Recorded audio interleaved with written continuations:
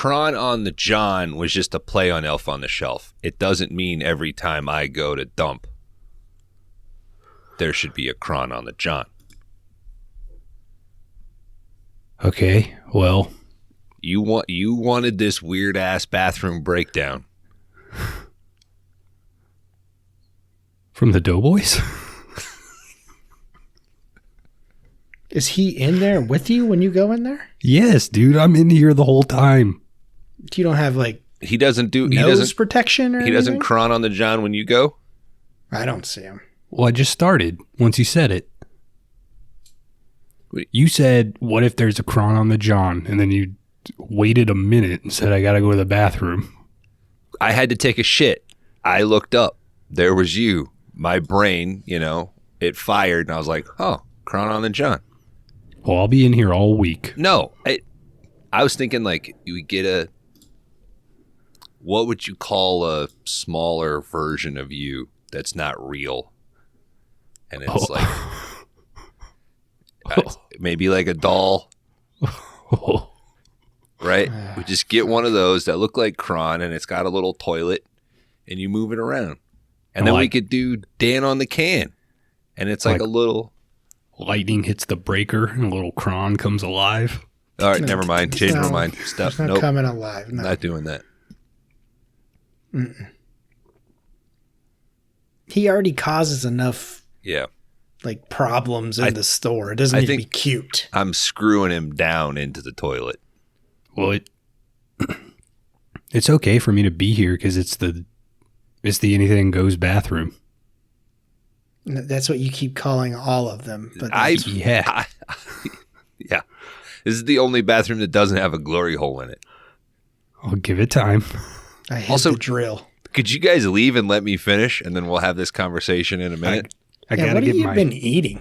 I got to get my Amish hand screw back from the repair guy. Maybe just mark the hole where you want it first. Don't eye it.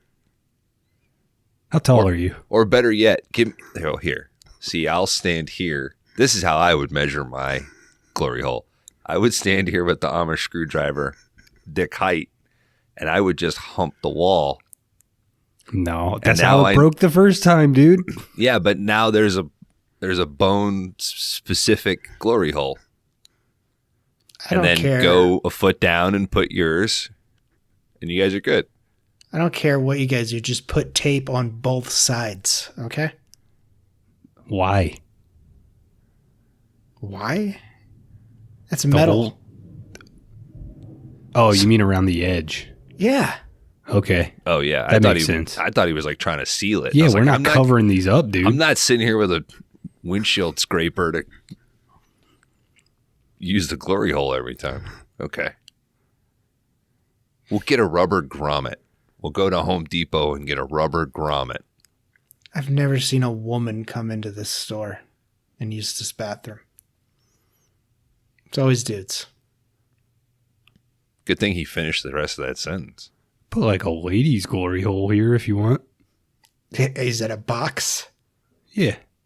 I don't think a woman's glory hole is dimensionally possible. I'll see if the Amish have a tool.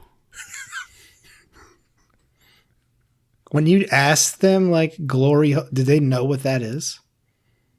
Or they think it's religious or something? You do this. You just do the hand motion. Oh, they're like butter. Yeah, they'll point you in the right direction. Oh, I thought the glory hole was where they go. It's like the hole they dug to go pray in. Yeah. I think they were confused. How much does it cost? The hand crank? Yeah. You got to trade them stuff, dude. What did you trade them? For the hand crank? Yeah. Or what else have you bought from them or traded? I traded a bag of marbles. I traded, I got a whole bunch of suspenders. Brought those down to him. Are you a kid detective from the 1950s? Bones, didn't you say you were missing some AirPods? Not anymore, dude. Out of business. last thing you've got left is your little cap with a little propeller on the top. Mm-hmm. They got my magnifying glass. Is that how they start fires now? Yeah. That opens up a whole new avenue for them.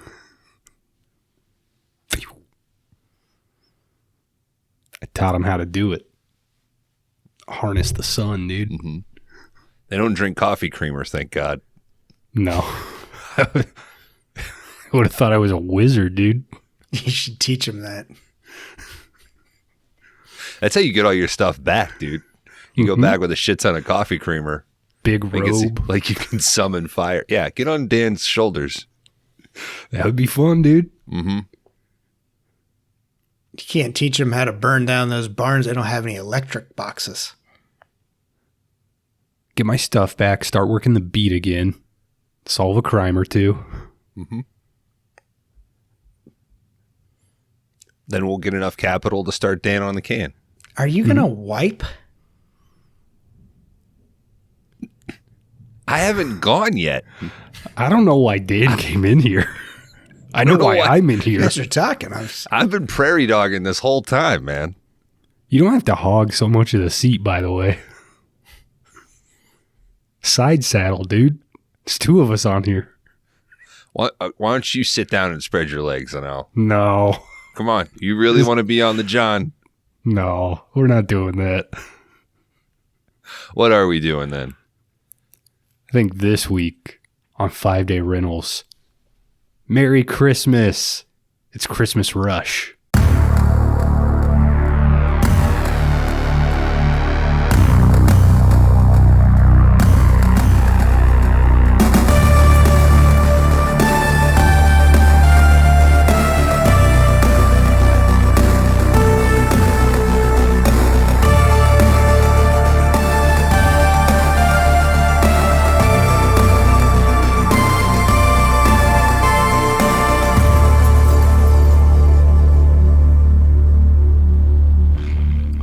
Welcome back, everybody, to the 5-Day Rentals podcast.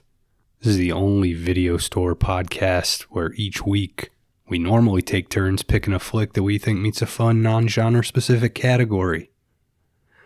But we thought we'd give you an extra one, a little holiday bonus. I can't do this show alone. I'm joined as always by two guys desperate to become members of the Lucifer's Henchman Motorcycle Gang. Bones and Laundry Dan, say hey. What's up? Howdy. Merry Christmas. Happy holidays. You guys got all your shopping done? Nah.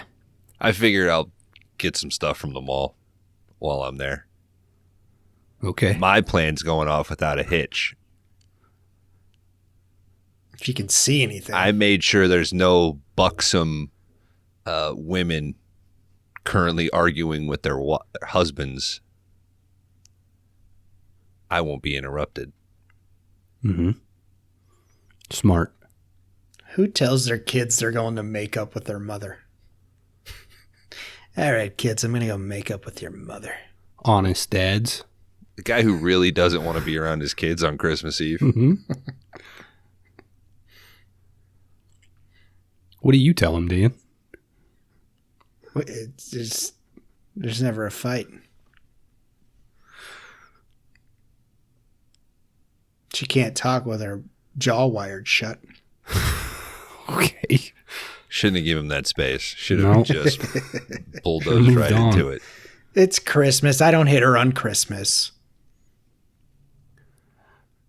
Well, guys, before we get into the movie, we had a wholly original idea to present to the listener our top 3 for me Christmas movies.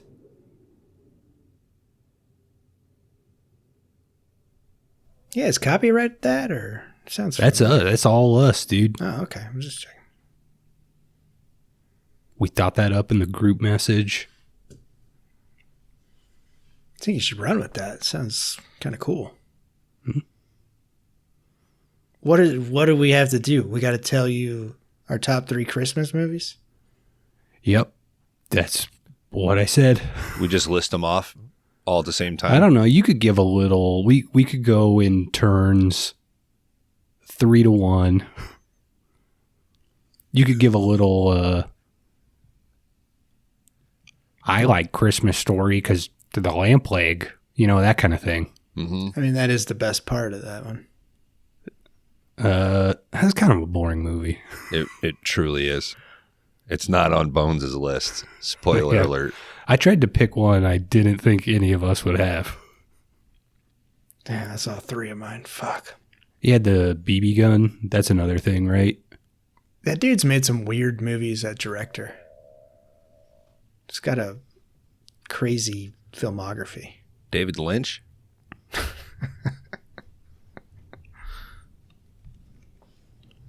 Well, I've listened to another podcast before, and I know how to do this. Would you guys like me to start? Especially since I'm the least Christian of us, so I'm like my opinion on Christmas is least important. Did you put your favorite Christian movie, 2025, The World Enslaved by a Virus, on this list? Mm-hmm. That goes beyond Christian movie. And in a month, people will hear about that. Oh, yeah. This comes out before that. Yes, it does. This is the rare occasion of record comes out, recording right before it comes out. Bleep that in the edit, Bones. Okay. I will not. Bones is number 3 on his top 3 for me Christmas movies. This is an easy. Bad Santa, man. 2003. Zwigoff, right? Yeah, Terry Zwigoff. Terry Zwigoff, yeah.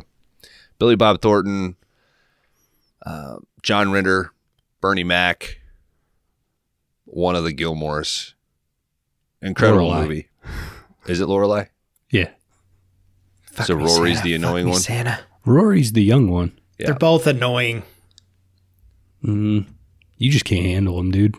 I wouldn't want to be in a room for 5 minutes with them. Your pop culture references pale in comparison to the Gilmores. You think Dan's a Dean guy? Yeah. Is that the coffee dude? No, that's Luke, you idiot. Dude, how much Gilmore Girls are you watching? I've seen a lot of episodes in 1 minute increments. Same thing, man.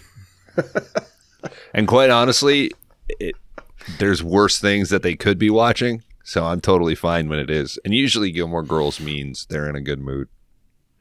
But Bad Santa, I have not seen the sequel. I have seen the trailer to the sequel and got physically upset. But you can't go wrong with Bad Santa. I think it's got everything you need in an adult Christmas film. I beat the shit out of some kids today, but it was for a purpose. Mm-hmm.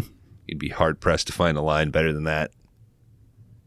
The scenes between John Ritter and Bernie Mac, just exceptionally written, exceptionally performed from the both of them.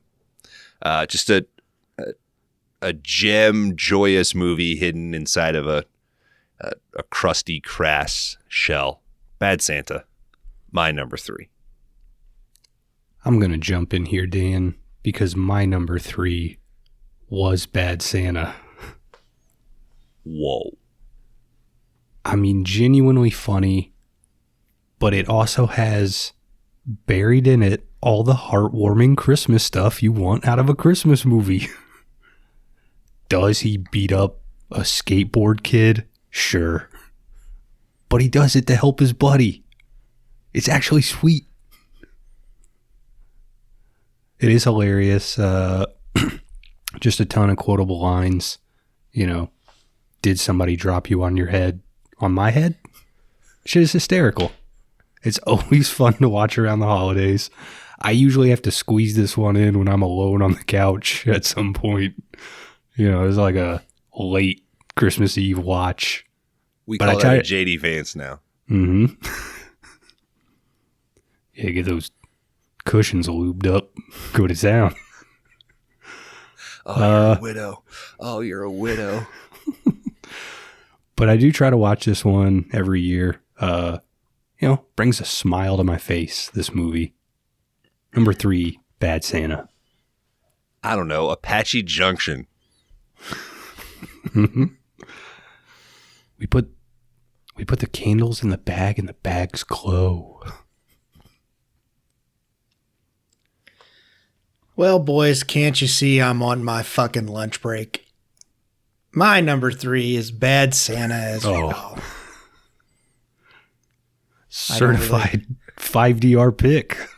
I don't really have to say much. It is great. A phenomenal performance by Billy Bob. Should have got an Oscar nomination, I think. But yeah, man, it's a good time. The joke in my house is anytime my wife is Gilmore Girling, I do isn't that the chick from Bad Santa? Fuck me, Santa. Fuck me, Santa. And she's like, stop. My brother lost an arm fighting you sons of bitches in Vietnam. I mean, Dan, like performance-wise, the look that he gives those ladies playing volleyball while he's eating that ice cream cone, I think a lesser person would have played it a lot more creepy. It's a real chef's kiss. Mm-hmm. I also feel like, Terry Zwigoff did that Crumb documentary, which I think is incredible. He did Bad Santa and then Ghost World. I feel like he just kind of fell out. Like, I don't know if he's done anything since then. I remember, is it Art School Confidential? Is that the one he did a few years after? And I think the bummer is I speak for myself, like I went in expecting another Bad Santa. Mm-hmm. I think we got that one from like Hollywood Video one night. So we were living in Springfield, I think. Yeah, that would have been 2004, maybe 2005. 5-ish in there. Bring Zwigoff back though. Give him another shot. 2006. Yeah. Yeah, I'd never seen the sequel either. It popped up on some streamer, and I was like, nah, I think I'm good. It's atrocious. Just watch the first one. Yeah, that trailer's atrocious, man. All right, you want my number 2? Yeah. Okay. Well, get underneath me, Kron. Spread those legs. That's a toilet Do joke. it side saddle, dude. That's the easy. All right, my number 2 is a tie. I feel like you could build a list completely full of adaptations of A Christmas Carol. So I'm going to split this bad boy. My 2 favorite adaptations of that would be Scrooged and A Muppet Christmas Carol. Usually try to alternate by year which one of these I watch. This year I did watch Muppet Christmas Carol after guesting on Dead Formats this year to discuss Yes, Virginia, There Is a Santa Claus. And, every once in a while, Chris's badass facade fades. Something pops through. And when he told me that he was a big Muppet Christmas Carol fan, just ingratiates the guy into your friend circle even more. Michael Caine's performance up against the Jim Henson roster is just fucking heartbreaking. It's my favorite Scrooge performance, despite the fact that he's surrounded by, and every year I never understand, like, why are there, like, there's lettuce that's singing, and then there's goat puppets, and there's like goats on set. Like, it's very confusing. Just but you look throwing past in it. some stuff, Mm-hmm. Yeah. And Scrooge is one where in your memory you think like, wow, the movie's really funny. And then you watch it and you're like, well, this is very funny, but it's also very fucking depressing. There you go. That's my number 2. Solid. Man, Muppet Christmas Carol is one that I had on VHS, and I haven't seen it in forever. Back when we were in the apartment, I had it delivered, I think around Christmas on Netflix discs. And when I got it, it was like split. And I was so pissed. I was like, God damn it. Thank God they got rid of that stupid disc thing. Stupid ass service. I love that they control media now. All media. They tell me what I should watch, not the other way around. Are we going to tell the 5D Army that we are signing with Netflix? No. Okay. All right, guys. Number 2 from Kron. It's got to be that little scamp, Kevin McAllister, Home Alone. I mean, I think I've watched this thing every year since I was, 6, 7? It's always on TV around this time. It gives you that, like when you're a little kid, you're totally like, I could fucking booby trap my house. I could do that shit. I could take down 2 criminals, no problem. And you get to see that kid do it.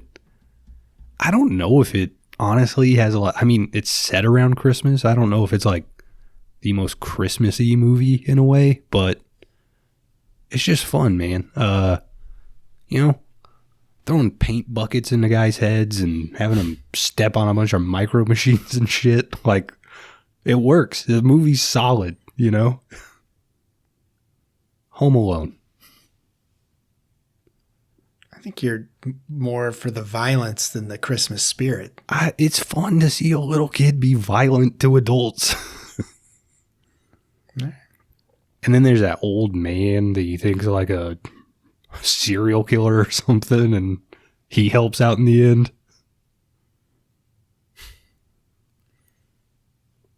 You don't think maybe it's...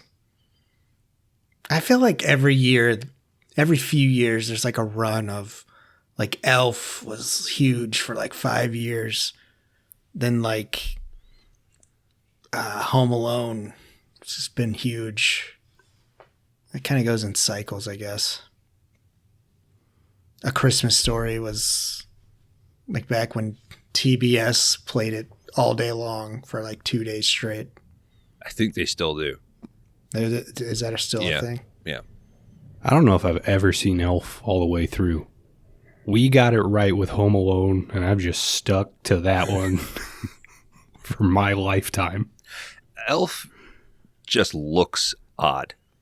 I've never understood it. It just looks...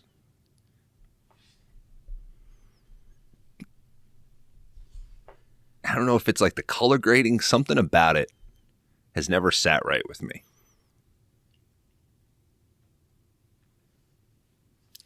Well, guys, my number 2, speaking of Elf, is Black Christmas from 1974. One of the original slashers. Over the years, this has become one of my favorite Christmas movies. Killer inside the house making raunchy-ass phone calls to sorority girls left over who aren't going home for Christmas. And there's some good stuff in there. You guys ever seen it? I've actually never seen Black Christmas. It's not it's not one that I've watched a ton, but I know I've seen it like, 2 or 3 times here and there. It is a very good, like, early slasher movie. I guess I don't hit it up around the holiday, though. I feel like anytime I've seen this, it's not been around Christmas. Maybe that's what I'm doing wrong.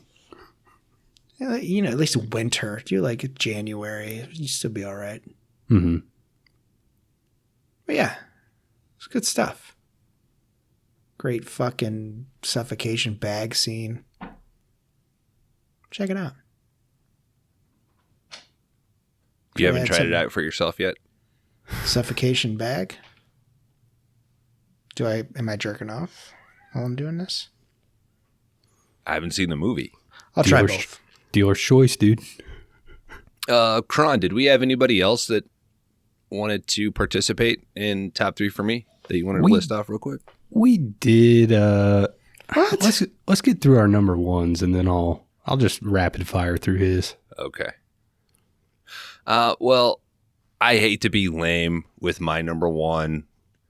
It's a movie that gets a lot of flack this time of year. What is it? Is it an action movie? Is it a Christmas movie? I mean, the guy's a star, world renowned. Of course, my number one pick is Jingle All the Way.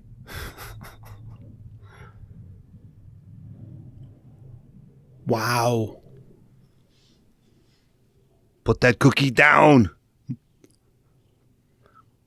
What do you love about this movie? I mean, number one, Phil Hartman is fucking incredible in this movie. Sinbad, fucking incredible in this movie. It's the perfect heightened atmosphere for a kid's action Christmas movie without going so far to, I feel, insult your intelligence. There's a Looney Tunes-esque fun with the violence. It's got some smart stuff. I mean, the fact that there's a postal worker running around with a bomb, its take on capitalism, I find very funny. I don't know. Ever since I've seen it or I watched it, it immediately locked itself as like, oh, I'm going to try to watch this every Christmas. And we really do. I think it starts a little slow. And the ending is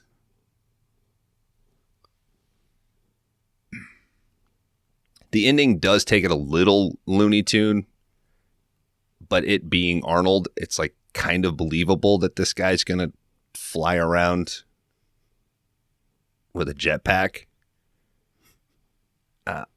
I don't know. It's stupid. It's not a good movie. Anakin Skywalker is fucking terrible in it. I feel bad for the kid, but it's funny. Like, it's the thing that, like, put that cookie down. Who said you could eat my cookies? Phil Hartman's like, oh my God, these cookies. Every time we eat cookies in my house, we're going to say that. Safely nestled under our tree. Sinbad's like, it's a sick world we're living in, a sick world. I say that once a week. So it's got to be Jingle All the Way. This is your top 3 for me, so. Mm-hmm. I always think it's so weird, like Arnold's job. I'm like, he just doesn't fit, like, with the office, like, so busy. A mattress salesman? Yeah, it's just like, what? It's like, you can go to your kid's game, dude. Like, you should have been closed at 4:00. So that's a good pick, though. We were on our way back from Germany. It's a Wonderful Life and Jingle All the Way played the whole 13-hour flight just on repeat. So I watched it like 3 times as I flew back to the United States. That was before you had a choice of all that shit. Before Netflix gave you 8 movies you could watch at will. Before you had a fucking TV in the back of the other seat. I'm not a pervert. I just was looking for Turbo Man doll.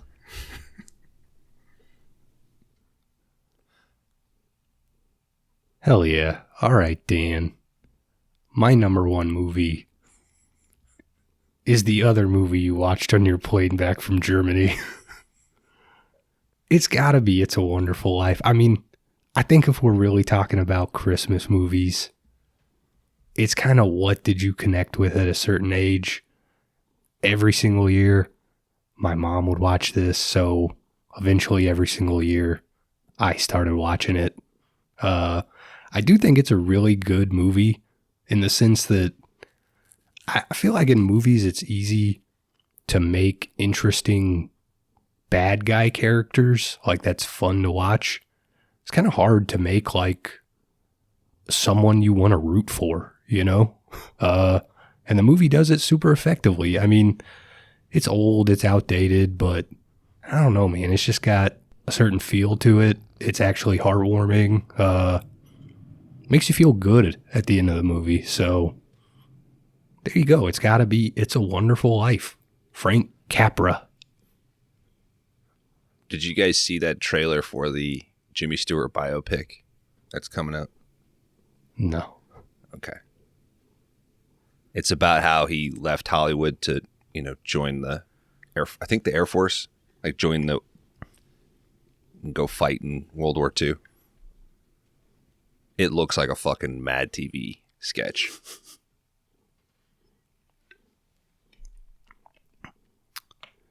It's not a dude, like, I don't know how much stuff I've even seen him in besides It's a Wonderful Life. I feel like he's in some Westerns and stuff, but... Yeah.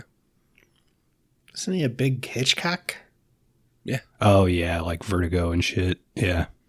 I got that question wrong the other day on Jeopardy, and I was like, oh, fuck, that's right. How did I not know that? And Rope. That's another good one. He's Rear Window. Fantastic in one of John Wayne's last movies, The Shootist. You ever seen that? Mm-mm. Oh, Isn't he the guy that kills him, or no? No, he's the doctor that gives him the diagnosis. Kron, add The Shootist to your list, man. All right. That's a solid fucking movie. I'll check it out. Yeah. It's like, if I feel like John Wayne made it knowing he was going to die. Mm-hmm. Yeah, it's good. A little Ron Howard in it, I think.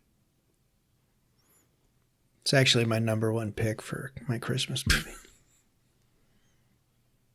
No, guys, my number one pick is from 1989, and it's Christmas Vacation.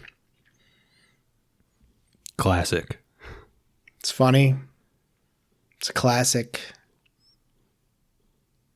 It's an every year, throw it on. We used to catch it in the theater back before children and all that stuff, so. But yeah. I can always sit down and watch it. I'm not like, I'm so tired of Home Alone. But it's one we throw on every year. We've already watched it this year. When he cuts open that turkey, it's one of my favorite parts. Cracks me up. The rich couple next door. Bend over and I'll show you. Just shit like that. Can't see the line, can you, Russ? Why'd you shake your head, Bones? No?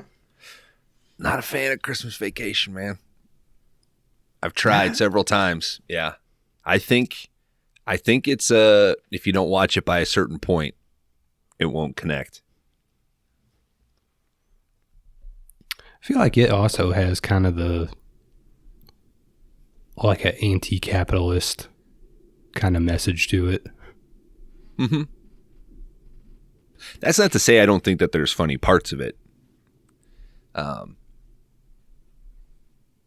There's heightened stuff in all of Vacation movies, like particularly Randy Quaid's character, man, that just bums me the fuck out. I think maybe because we all have somebody in our family that is that guy. Yeah, and it's a little shit. It's nailing that. I hate it.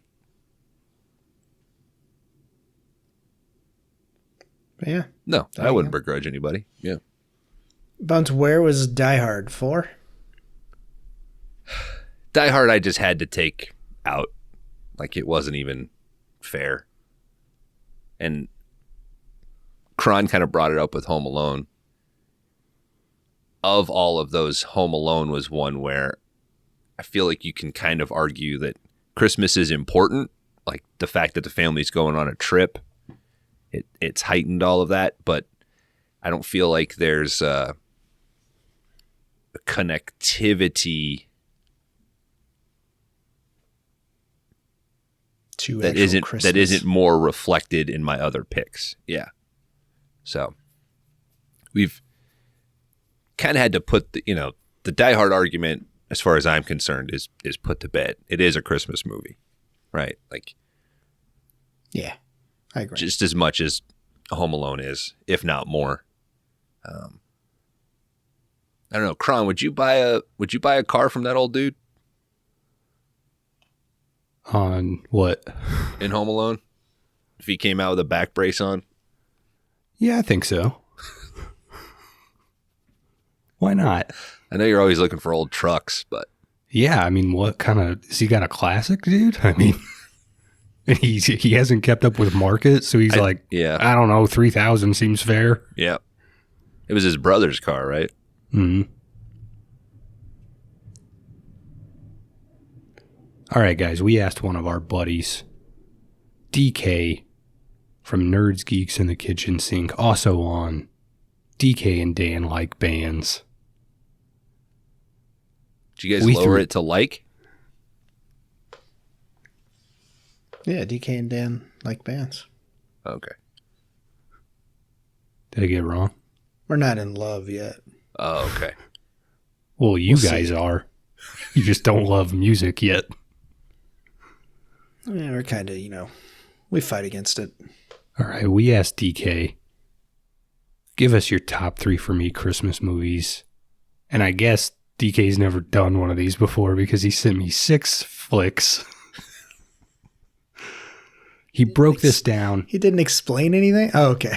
He broke this down as, these are the traditional movies that I like for Christmas, and these are actually the movies I want to watch every year around the holiday. So I'll run through these. Traditional, he's got at number 3, Muppet Christmas Carol. He says classic, love those Muppets, just as entertaining as an adult as it was as a child. My parents often quote, light the lamp, not the rat. His number 2. Thank you for making me a part of this. His number 2 is my number 2, Home Alone. He says, I was similar to Kevin's age. This movie was fantasy built for me and my friends who often talked about what we'd do if the bad guys showed up or if we were on our own.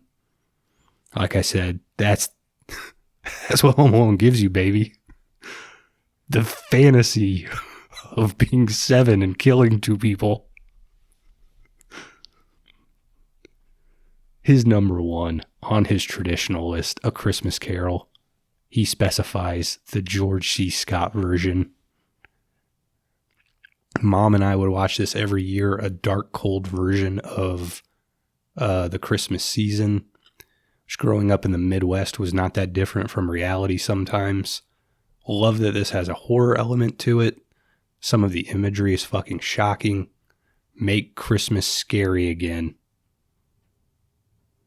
I don't think I've ever seen this version. Have you guys? Yeah. I had to watch this in school. Yeah, I was going to say, I think this is the one they would show. I mean, maybe I have then. We all went to the same school. Maybe by the time I got up to those grades, they were like, that's too spooky. They probably lost the VHS. You guys were on 4K by that point. Mm-hmm. Like, throw in Elf. Yeah.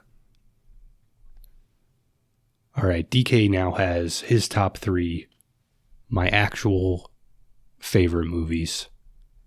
Number 3, Santa Claus, the MST3K one where Santa fights Satan himself. One of those times where a terrible movie becomes very endearing to you, and you end up somehow loving it. This is a yearly watch. I don't think I've seen that.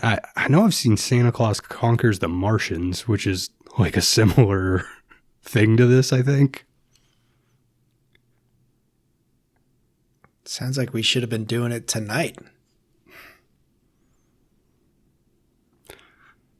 Number 2 for DK, Black Christmas, the original. Immaculate thriller, credible to look at, possibly the coziest slasher movie ever made.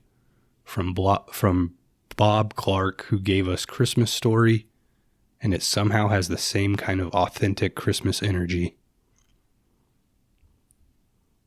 Good pick, DK. DK's true number one.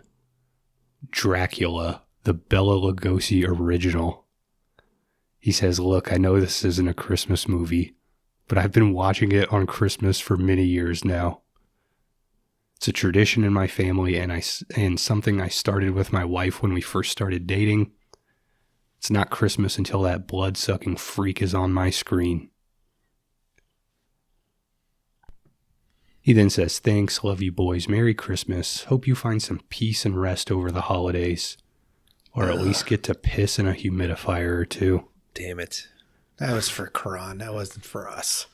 It says love you boys. No. Thank you, guys DK. blessed your humidifiers yet? I haven't even got it out. I think this year we always do waffles on Christmas morning. That's been our tradition. Maybe I'll listen to Dracula while I do that. Just on repeat? Yeah. The one song? I did say to myself on that Dead Formats episode, please go check it out. It's out now. That Dracula never gets old, Chris. So Fuck no. It never stops.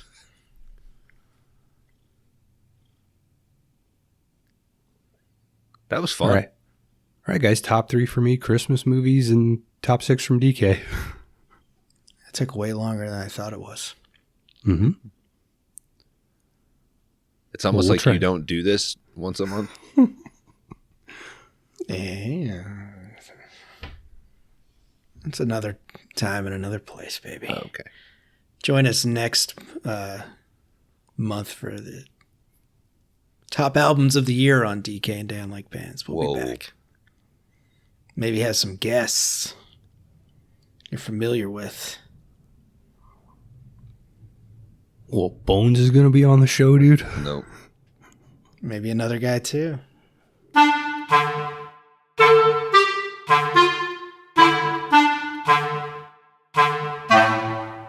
Guys, we're here to talk about Christmas Rush. When we started kicking around the idea of doing a Christmas movie, Dan said, hey, let's do Rambo. There's a Christmas tree in the background of one scene. I still stand by that. I, of course, said, let's do The Nice Guys. There's some garland at the end of the movie. Nobody was happy. But it's a good movie. Like, Yeah, I know The Nice Guys is good. I guess so is Rambo, though. The Crown has a very nice Blu-ray Steelbook 4K. I don't know what it is. It's not Very Steelbook. nice. Oh, okay. Sorry. But it's It's got nice. It's not, dude. It is nice. It's a big box. If anyone's wondering, it's Second Sight's edition of The Nice Guys. It's got a book. You know where Karan is in life. Mm-hmm. Higher tax bracket than the rest of you. It's one. It's one thing. You had an unsealed copy. Nobody as liked well. those selections. We briefly almost landed on Bill Goldberg and Santa's Sleigh. I think we made a mistake. We should have did that one. I did send Dan a clip You from didn't it. like Christmas Rush? I couldn't see anything. What do you mean? I could. It's darker than the room Bones is in right now. I don't know if you know how to work your technology, dude. I was like, maybe it's my eyes. Maybe I need to go get my eyes checked. Plex never works. You don't know how to adjust the brightness on stuff. I shouldn't have to adjust the brightness. Just turn it up. Bones, help me out here. Come on. I fear that it may be your eyes, man. I think you should go get a. You'll pull glasses off well, I think. Maybe I do. I haven't been to the eye doctor in a very long time. Did you think it was that dark, Bones? I don't think it was bright. I mean, I could see and follow it, but It definitely felt like a early 2000s low budget movie made on the quick. That's for sure. Well, we did ultimately land on 2002's Christmas Rush, a TBS movie. I think this is where it first... Superstation, please. Use the full name. That's fair. I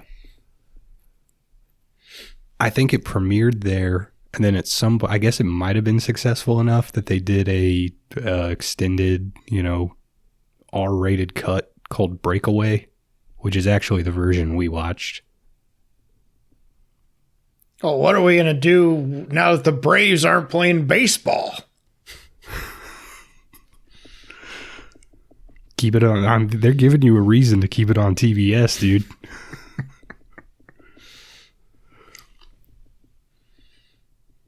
All right, guys, we open on some VO.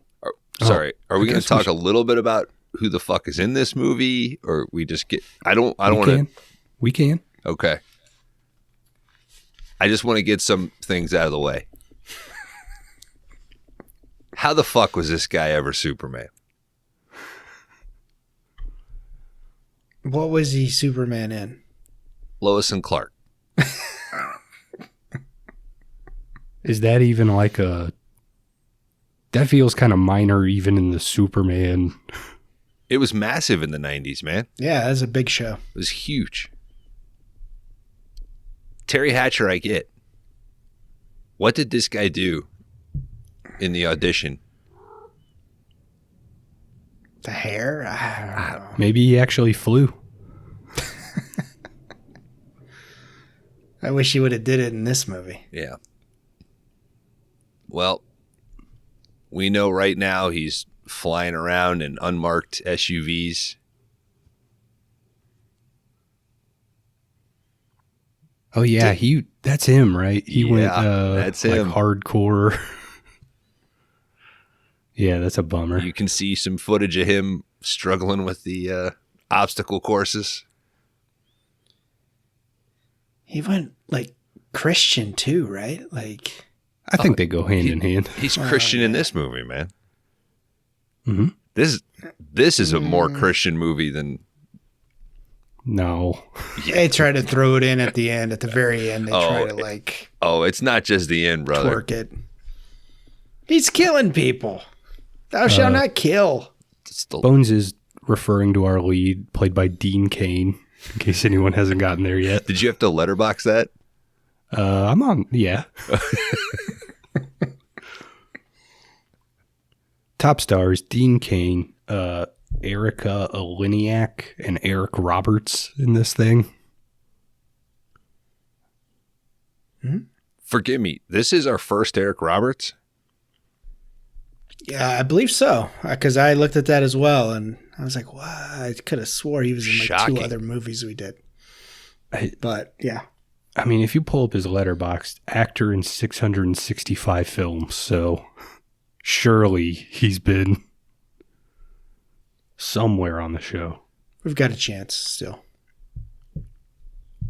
We could probably actually get him on the show. Mm-hmm. Nah, he'd want money. Kron just buys one less Nice Guys DVD. Probably. He sells one of them, yeah. Don't count on it, dude.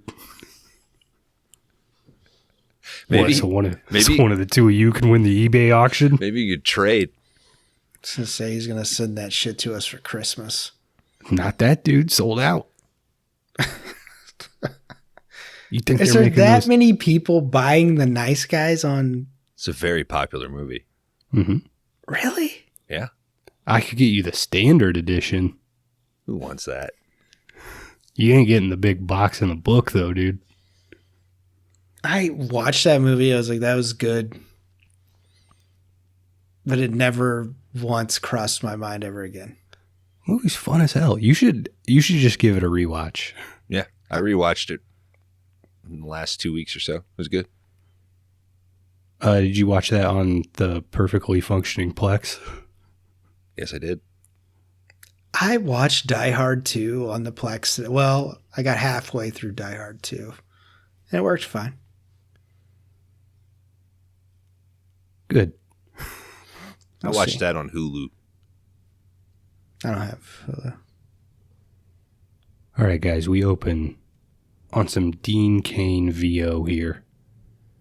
It says, for those of you that just fell off the broccoli boat, Chicago Place is the most exclusive shopping center in all of Chicago. The Christmas rush is their busiest, most profitable season. At the end of each day, 57 retailers deposit cash receipts into the basement vault. Once a week, a CSC armored car drives that money to the Northern Trust Bank. The last pickup before Christmas, and the biggest, is scheduled for December 24th.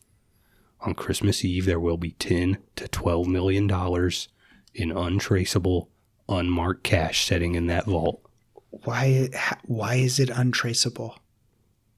It's regular currency at a business. I think traceable, though, they've got to be like sequential at a bank. This would just be people's money that's all mingled together. Yeah, this is just loose cash that's been collected. It hasn't been registered yet. This is a loose $10,000 because that's all that's in there. It's really big bills. Dean Cain's really strong, dude. He can push that hot tub cart around no problem. Hey, Ted, there's a Sears closing down. What do you want to do? Hey, let's make a Die Hard ripoff. Yeah? So this is early 2000s. During this Eric Roberts voiceover, it's very disappointing that all these like really kinetic shots of Chicago, like all these camera moves, that they don't have whoosh. What are you doing, man? I would have probably upped it. Your camera's got to make noise. And why no rats scurrying through the city? It's Christmas. They're at home with their families. They're cooking at the top restaurants. They're out with Gonzo narrating a movie.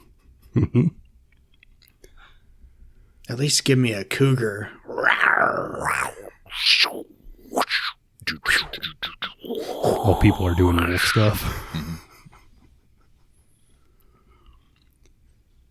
All right, we cut to two cops in Chinatown. One of these guys asked the other what he got his wife for Christmas. Says she wanted a scuba diving vacation in the Caribbean, but all I can afford is a snorkel in the bathtub. And the other cop guy says, so you're giving her the old magic fingers?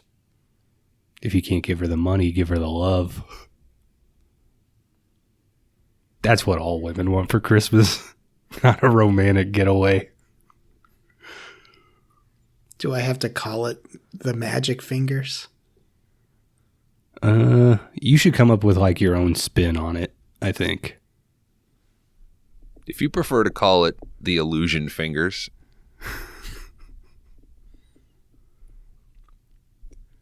All right, there's some shit going down here. These cops are watching. Watch these two disappear. These Asian bad guys walk out of some kind of restaurant to see they're surrounded by cops. Our This is hero illegal. to surround a restaurant? Yeah, you can't just bust some dudes doing kung fu in the fucking streets. Yeah, but that one guy took his shirt off for the fight. That is crazy, dude. It is a little mini kung fu movie at the beginning of this movie. It's incredible. I clocked that too. I was like, why does that guy take his shirt off? He like slams it down. Yeah. Our hero, Morgan, this is Dean Cain. He steps out. He says there's an easy way and a hard way. Well, guys, a full-on firefight erupts. We get some shooting, some slow-mo. And everybody dies because they are just killing each other. And they're standing in front of each other while they're shooting. Mm-hmm. There's also, it doesn't make much sense. They're like, Dean Cain's maybe only 15 feet away from these guys, and he's standing in front of his police car, like not even behind for cover. No. Bullets aren't real here. There's some weird Dean Cain bullet time too, because he's able to like shoot and then think about like his options while everybody else around him is just going nuts. We got all this stuff going on. In all the chaos, an innocent restaurant owner gets shot. Surprisingly. By who? Who could say? Well, the movie tells you. Mm-hmm. Next morning, Morgan is put on suspension. They take his badge and gun. They're like, you shouldn't have shot that Asian guy. This looks bad, man. Mm-hmm. Morgan starts talking to his partner, Rich, who was at the shootout with him. This guy's all like, it's bullshit, man. What'd your old man always used to say? The only thing square in this city's roller derby and professional wrestling. Huh? Is the fix in on roller derby? Roller derby's a circle, dude. Not a square. Yeah, but is it rigged? Like, I don't know. You got to ask the lesbians. I don't know if I've ever seen a whole roller derby match. Like, I'm not sure what's involved in it. But are they working out like... There's not a subgenre of the porn you like that starts out as a I haven't found it yet. roller derby? It's probably out there. Yeah. What was the one with the girl who's a dude now? Come on, Whip man. It? Was it Whip It? I think. Or Whip? We know Whip is definitely in it. She didn't whip it. She cut it. I think that's a Drew Barrymore movie. I thought it was a... Barrymore directed it. It is an Elliot Page film, but I believe Page. Drew Barrymore directed it. Yes. Oh, really? Yes. Mm-hmm. This lady's so talented. Yeah, now she's got a talk show. Yeah, where she asked Billy Bob the other day if he was wearing women's jeans. He said yes. Did she ask about how many hats he was wearing? Nobody knows. Did he have on a women's denim jacket? Still in your style, dude. I know, dude. Pay your respects, Billy Bob. Yeah, what's he doing? He's doing like the beanie and then the pork pie over the beanie. Mm-hmm. Very strange. So is roller derby fixed? Probably. I've been losing a ton on the sports book, dude. FanDuel is live in Missouri. Mm-hmm. Please type in 5DR. You get an extra 300 on your bets. Morgan gets home and he starts doing all this Christmas stuff with his family. That night, his wife asks him how long the suspension's going to last. Morgan says, this one could go on forever. That guy that I shot, he's the president of the Lotus Flower Society. He's basically the mayor of Chinatown. I guess Bones is kind of right. We do spend a lot of time on the angel here, like putting it on the tree and shit. You didn't notice that 3-inch cross sitting above her tits the entire film? It's like a key plot point later in the like, movie. We know what you're going to be looking at. I mean, I know I've seen those tits. Mm-hmm. And Bordello of Blood. You're welcome. No, she didn't show boob in Bordello of Blood, did she? Oh, she was the like chick helping out the Yeah. one, Dennis right? Miller had recognized her boobs. Mm-hmm. You would have seen her boobs in Under Siege. That's right. Hey, babe. Does she pop out of the cake? Yes, she does. Good pull, Kron. Hey, Oh, he had I've a got good a- pull to it. my mind works one way, dude. And younger generation, it's a real cake. We're not talking about her butt. That would be crazy if she popped out of her own butt, though. Be pretty hot. How can I pop out of my own butt? Are you fucking with me? His wife brings up either doing corporate security or taking the captain's test, something that would get him, off the street. There's politics, though, babe. Mm-hmm. He does have a good point, though. He's like, I just shot the mayor of Chinatown. They're not going to let me sit for the captain's exam.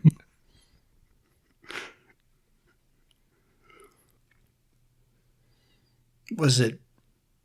Oh, man, he should have been like, babe, big trouble in Little China. Mm-hmm. Have they shown him struggling to get into the house with the Christmas tree? Is that right before this? Yeah. Yeah. A lot of sap. Little full. We cut over to a children's Christmas music recital. We see this other guy. This is Scalzetti. He's watching his kid play piano. We also see Morgan and his wife are there. After this kid's done, their daughter goes on stage to play flute. Is there a bad guy Italian name generator online? I'm sure. Probably. Okay. We got Hamilton at my Christmas choir the other day. Pretty cool. Did they rap? Yeah. They do My Shot? Yep. After all the songs are done, we get a brief scene of Scalzetti talking to his wife. He's like, he's got to go back to the hospital. The leukemia has returned. He needs a bone marrow transplant. It's going to cost $250,000. His wife says, we don't have that kind of money. What are we going to do? Why is he telling her here? The kid is right next to them. And it is weird to be like, well, the recital's done. No better time than now. Hey, I know you were going to go get a cocktail and, some ants on a log, but let me give you this bad news real quick. Mm-hmm. Scalzetti goes to talk to Morgan. Apparently these two have some kind of past. There's also a pretty funny part here where Scalzetti is like, hey, by the way, your daughter played beautifully. And Kat, who's Morgan's wife, goes, so did your son, is it? Who else would it be? What kind of surgery is he really wanting? Stepson? Who knows? Could be. I mean, cousin. I guess that makes sense, but it's kind of like, my uncle never showed up to my band playing a piece of music. I just can't believe how much her cleavage is shown in this movie, man. She's wearing this super low cut thing to like a Christmas recital. Mm-hmm. She's just going to get marked as a floozy. Well, Dan said it. Braves are off TV. What are you going to watch on TBS? Something for the dads. You think that's what Ted Turner locked in on? Mm-hmm. If I can't watch my Braves or wrestling. Mm-hmm. I want that girl from Demon Knight. That was the other one, Ted. Whatever. Get me Hollywood Hogan on the phone. He'll book her. Hey, brother Ted. Morgan introduces Scalzetti. He says this is one of the best guys in his field. Rich walks up and says, once a thief, always a thief. We cut to Scalzetti and crew. His partner sounds like the, what's the name of the movie within Home Alone that he watches? Angels with Dirty Faces. He sounds like he's doing an impression of that guy. Yeah. He does. It is like if SNL was doing a sketch and they needed a Chicago guy. Yeah. It's that level of like, come on, Morgan, it's Chicago. Mm-hmm. Cut to Scalzetti and his crew. They're going through the plan. He's got all the guys he needs. He's got a big fat guy driver. He's got 2 guys for hostage control, 2 bomb guys. Probably like a tech guy in there too. Mm-hmm. Cut to Morgan and his wife, Kat. They're walking and talking. Lady comes up and says, "Merry Christmas," and hands Morgan a piece of paper. Morgan, he's still talking, but he opens it up and he's like, "God damn it. That guy who I shot, he's suing the city for $40 million, and they named me a co-defendant." His wife says something weird like, "Is that bad?" And he's like, "What do you think, idiot?" You dumb bitch. And then she gets all mad and leaves. Go up to the roof and take some pictures. It's not out yet.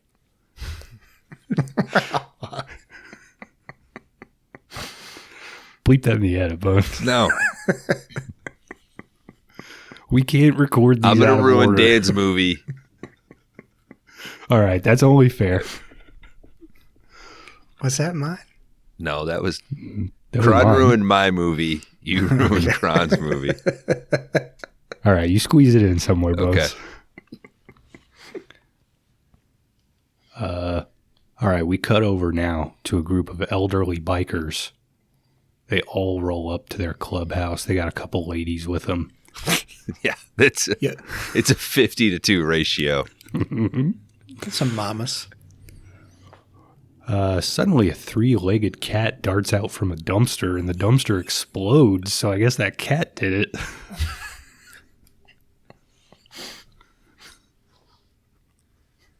What other conclusion am I supposed to draw? Why did you think about it for that long? It's the ammonia, right? Mm-hmm. Jump to Morgan at home. He decides not to leave the bad blood between him and his wife. It's Christmas Eve, after all. He decides to go to that fancy-ass mall where she works and apologize. He grabs his Leatherman. He's about to head out.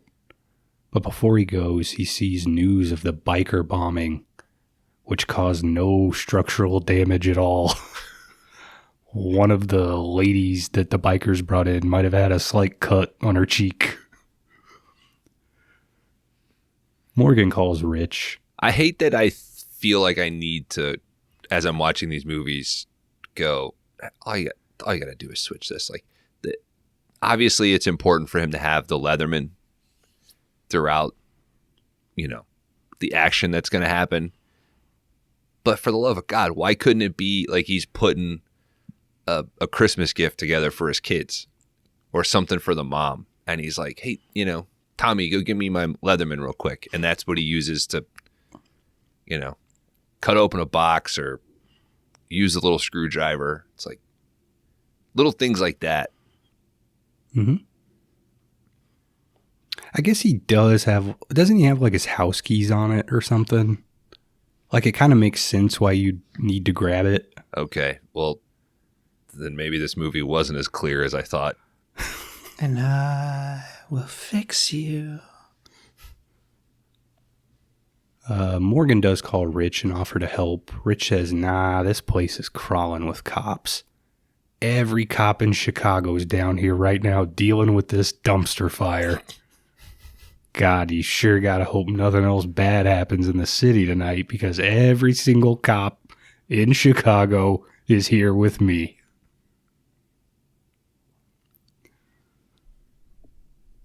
All right, guys, the mall was closing up. Kat, of course, gets stuck talking to some guy who can't decide between 2 pair of earrings. As she's leaving, we see all the bad guys start rolling in to the mall.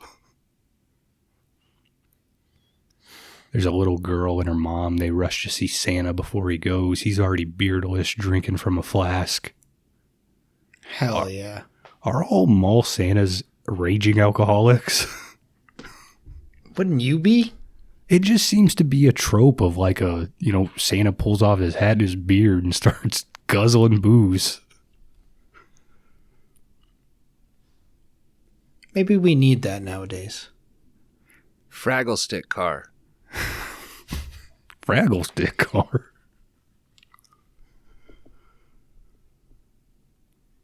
Morgan also arrives to the mall. He's got a bouquet. But guys, he clocks Scalzetti's walking in. He does some quick sneaking, stalking, follows these guys to a service elevator. These bad guys do some shit here. They're taking out all the guards. They capture the big box of money, take over the armored truck. They swap out the security camera recording from today with yesterday's tape. I don't really get that. Like, the other tape is still there. I think he calls it like the live feed. So I think he was trying to have like whatever outside security system or service, it would just show the recording from the day before. Yeah, that's how sense. I took it. Yeah. While all this is going on, Morgan has shimmied down to the top of the service elevator. He's watching everything. He starts to sneak down and notices they've left their box full of cash unattended. So he just swipes it, heads back to the elevator, and goes up into the mall. Two of these bad guys go upstairs looking for the cash. 10 minutes of this movie is him trying to poorly wiggle this thing through the mall. Mm-hmm. I hate how much I liked it. We do take our time with a lot of things in this movie. His fights. That one coming up it's like 20 minutes. It's not that long. They go to like 3 different stores. Hockey. I never even played hockey. I'm not wearing hockey pads.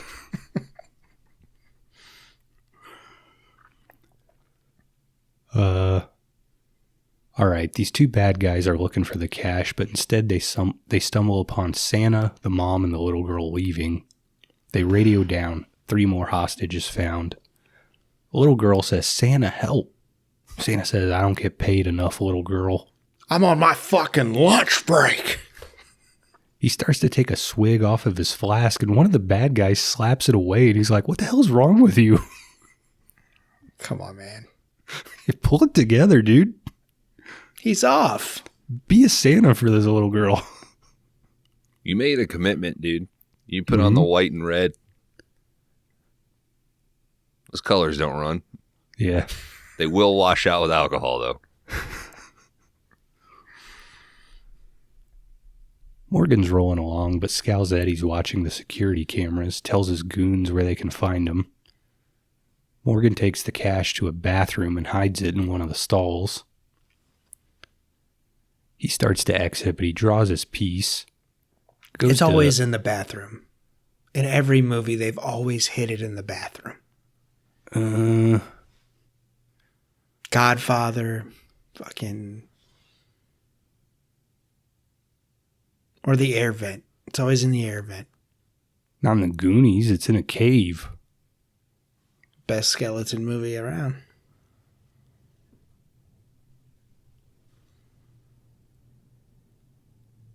All right, he draws his piece. He goes to a payphone, tries to call his wife's work number. She's going to shut the door. Here's the phone ring, and she's like, "It's Christmas Eve. It's after 7. No way." You don't answer the phone 10 minutes before the shift ends. That's how that works.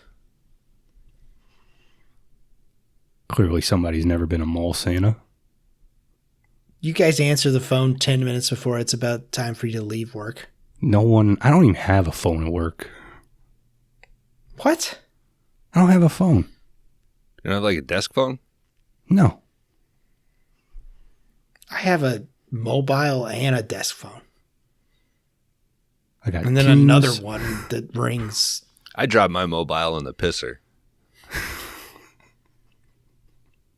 You have Teams? I'm going to Teams your ass. Fuck Teams, man. I'm not in your thing. What do you mean you're not in my thing? You can't Teams me. I'll fucking find you. Okay. You don't think I can fucking find you? No. Every time I've gotten like a new computer and a new update, like Teams is the first thing I turn off. Like do not auto open. I'll get emails that people are trying to reach me on Teams. I'm like, delete. Maybe just use the thing you're using right now to get in touch with me. I mean, at least you know who's contacting you. I mean, your phone just rings and you're like, I don't know. Send everything to the mobile. My desk phone has a caller ID, but I don't. It's so loud in there with the CNCs and shit that I don't. I know I call all the time. I answer maybe 1 in 25 calls. Just like, you'll email me. And I'll decide if I want to answer back. They got rid of the reactions, man. I was loving just sending a thumbs up. I don't know what's up with Outlook now. You guys delete more emails than you answer? Yeah. Oh, yeah. Every day I come into I'll get 200 emails, dude. A day? Yeah, more than that. Holy shit. I get all these automated that just somebody entered a bill. It's a job to delete your email. It's you got to source that to a file, man. You got to get or a folder. I'm 8 to 12 emails a day. That's it. Delete 90% of them. So one email is important. I fucking hate it. All right, Kat starts to leave the mall. She gets grabbed by a goon, takes her down to where all the other hostages are. She kind of looks around at everyone, and one of these guards says, "Welcome to the Christmas Eve Bondage Club." Yeah, he's getting his hopes up. Yeah, he's trying to get something started, you know. Yeah. But, I mean, what if those were your last words? Like, what if a goon came in and shot you in the head? I mean, that's funner than oh, God, you know. Yeah, I guess. Ow. I got kids.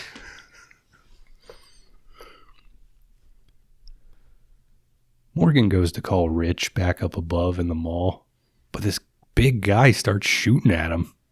Say, Santa, you ever been spanked? Yeah, I think that's what that guy's into, dude. He's hopeful. Those real leather boots there, Santa? No, you sit on my lap. Morgan and this big guy get into a firefight. Yeah, this dude's got the Adrian Brody fucking Predator's automatic shotgun. Mm-hmm. Like a drum fed. Which is a good Predator movie. It is. That's aimed as though there's a bad Predator movie. Shane Black's the Predator. Here people don't like AVP very much. AVP's fun. It's Requiem that's dog shit. Oh, maybe that's what it is. Another movie Laundry Dan won't be able to see. It's too dark. Yeah. These two are fighting back and forth. We get some fun slow-mo here, exploding Christmas decor. This is what it is for the next 30 minutes. Mm-hmm. These two eventually... Great sound, like gun sounds, gunshot sounds, sound effects. That's what I guess I'm looking for on this podcast. Good practical stuff, too. I mean, just seeing a big snowman explode, that's kind of fun. They get up into the rafters, I know I'm jumping ahead a little bit, but in the fight, the decor that they're swinging off of feels good. It's decent geography. You feel like somebody's up 40 feet in the air swinging around on a, lycra macrame looking angel. Mm-hmm. These two do eventually get into a fist fight. The big guy goes to drop Morgan off of a balcony because they're at the top floor, kind of like Bones was saying, they're nearly up in the rafters. But Morgan's able to grab onto a hanging Christmas angel decoration. Hallelujah. he's able to get one last shot off, hits this big guy right before the cable snaps. It's pretty cool. Yeah. I like it swings back and he hits it. Like, all right. It knocks that banner off and it like falls slowly like the end of Jurassic Park. Oh, yeah. The snowman starts like throwing fucking reindeers off of its back and shit. Morgan does take a fall, but luckily he kind of goes through a Christmas tree that breaks it enough that He fucking Rambo's himself, dude. Mm-hmm. Here we go again, man. Kron's rule. God, Stallone's fucking scream on that is so good. I mean, it's Jesus. It's not a Christmas movie, Dan. It's a winter movie. They're in the wilderness for like 90% of the movie. There's so many evergreens, dude, which we decorate for Christmas. And plus, my son loves it. Okay? That's awesome, man. What's that one guard say? Like, what kind of shit have you been into? Or something like that. I swear to God, I'll kill you. When they take his shirt off and his back's all fucked up. David Caruso is all scared of him and shit. Jesus Christ, man. This guy's legit. I read that book, Rambo. Pretty good book, by the way. But at the end of the book, what do you want me? I'm just gonna The book's not First Blood, though, right? Because we're talking about First Blood. Yeah, I get you. Yeah, the book is First Blood. But it's like the book that the movie was based on. Mm-hmm. And in the author's foreword, he's talking about when they're setting up the deal for the movie. And his agent was like, you should just put in that you want, like your name on any sequels. And he's like, why would I do that? You can't make a sequel to Rambo. And he's like, just trust me. Yeah, now he's just living off that shit. Mm-hmm. Yeah. What happened? Did he die at the end of Rambo in the book? Brutal. Yeah. At the end of Rambo, the book, they like blow his head clean off his body. Oh, shit. It is a good book, though. I recommend it. This is a pretty quick read, too. I'm always like, Dad, I need to watch the rest of these. No, you don't. And I'm like, nah, no. You do 2, then 4. You're good. About a year ago, I think I watched 1, and then I started 2, and I was like, I'll come back to this tomorrow, and never did. Murdoch. 2's legit good, and then 4 is like shocking, surprisingly good. What was 4 like after a big gap? Yeah. 4 is the one in Miramar. What was the Burma one? That was the one like 06? Yeah, that's Rambo, right? Yeah. I remember I put that on at the store, and I was like, holy shit. I think he kills more people in that movie than all the other ones combined. It's fun. Yeah. We cut to our big fat guy driver. He's taking the armored car, and he phones that he's broken down. Asks how long it'll be. He radios back to Scalzetti, says, hey, you got 1 hour. That's all this guy had to do to get like 1/5 of the money was just... He just drives the truck away and radios that it's broken down. You got to really sell that phone call, man. I guess. Was there a bomb? Did he have a bomb on his... Maybe I don't know. Nah, I think it's like, the armored car people expect the truck to arrive at a certain time. So if he calls in that it's broken down, that at least buys them X amount of a window to get the robbery done. Yeah, but didn't he say something? There was like 2 options or 2 drop-offs or something? I think they have like multiple exits that they have out Okay, of the maybe that was mall. it.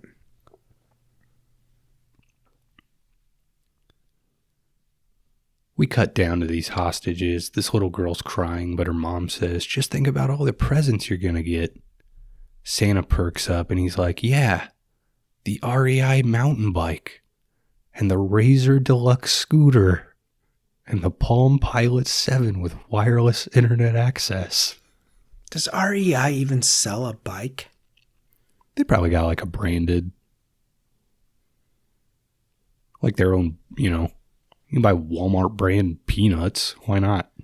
See, shouldn't this have been a good teaching moment to like tell this girl, like, because you were so greedy, that's why we're here? Like, I feel, yeah, but you got to do that conversation now, like after you both live. okay. Like you can't do it in the moment, It's too depressing. Now, you survived the mall shootout, honey, but you'll probably get shot at school. Should have asked Santa for a bulletproof vest. Bulletproof lunchbox. Jesus. Grim. It's a Rambo lunchbox, though. It's got a compass in it. Little fire starter. Yeah, I was going to say. And by that, I don't mean a little bag of Fritos. Or a bag of coffee creamer.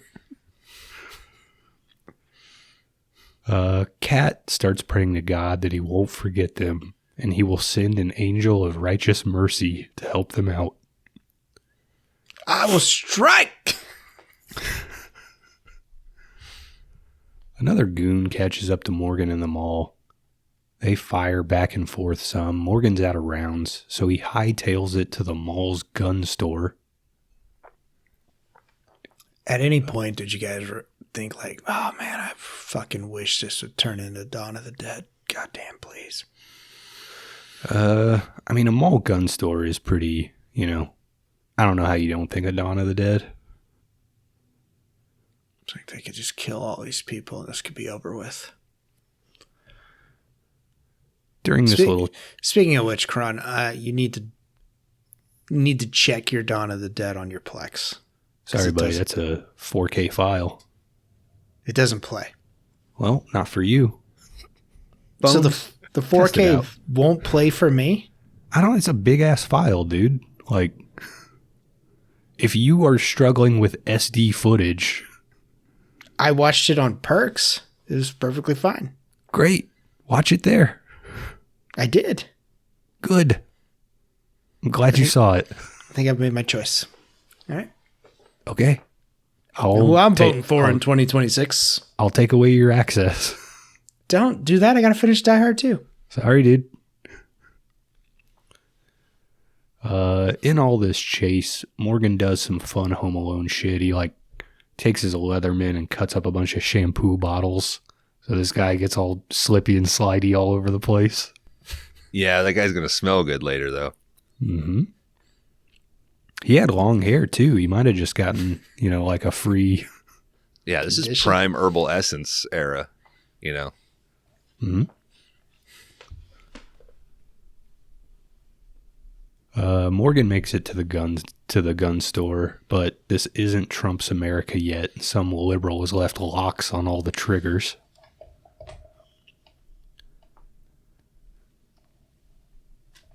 The goon comes in, starts firing at Morgan. Hey. He's not. That's libtard, by the way. Okay. Hey, that's my word.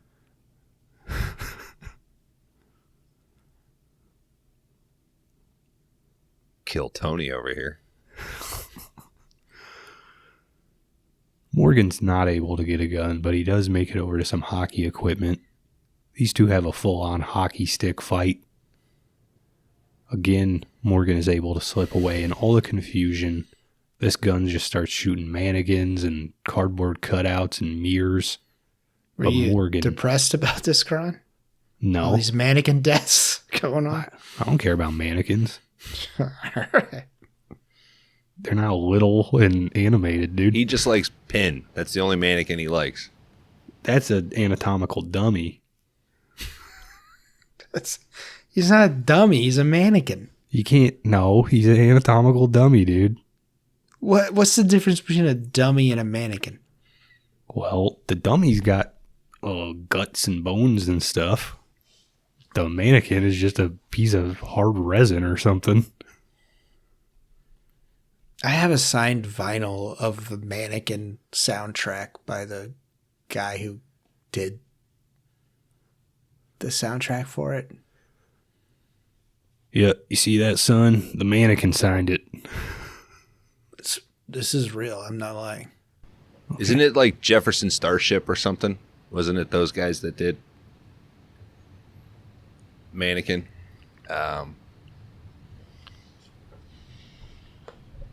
Never Gonna Stop Us. Was that the song? I think so. I think that's the main like single from that. Are you getting the record out from under your desk, Dan? It holds down my stand right here. Hold on. No, it's on the other side. Never mind. Morgan is able to get a bow, and he shoots this bad guy right through the chest with a arrow. Morgan radios down to Scalzetti, pretending to be this goon, and he's like, "Hey, I got him on the 3rd floor bathroom. He's pinned down. I know where the money's at."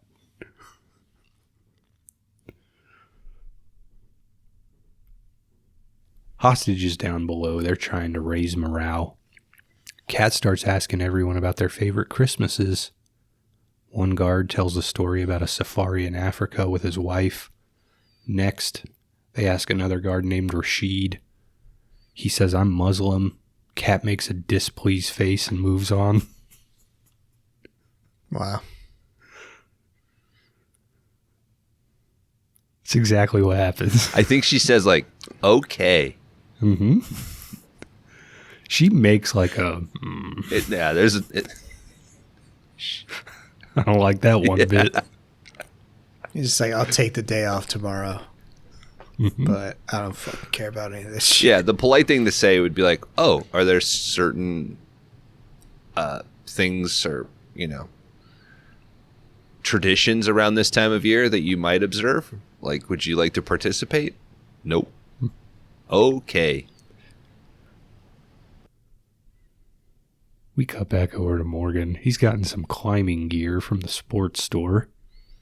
The 2 explosive goons are now looking for him. Morgan is able to grab that dead goon's cell phone. He calls Rich. He says, "Scalzetti's making a big play down at the mall. You gotta get down here. Bring as many guys as you've got." These 2 explosive goons, they head for the bathroom, throw the door open, chuck a grenade in, and unload some rounds. I guess they're lucky that the money's not in there. Isn't their buddy in there too? Like, don't they say, like, if he's in there, he's gonna get it or some shit? Yeah. They think throwing it's... grenades and shit. They think it's the other goon, and I guess they're okay. Yeah. Just Fucking killing their him. own One guy less up. share, I guess. Mm-hmm. I mean, if you really want to intimidate somebody, you spell their name with a Tommy gun into the wall. Mm-hmm. That's how you send a message. That's not out yet.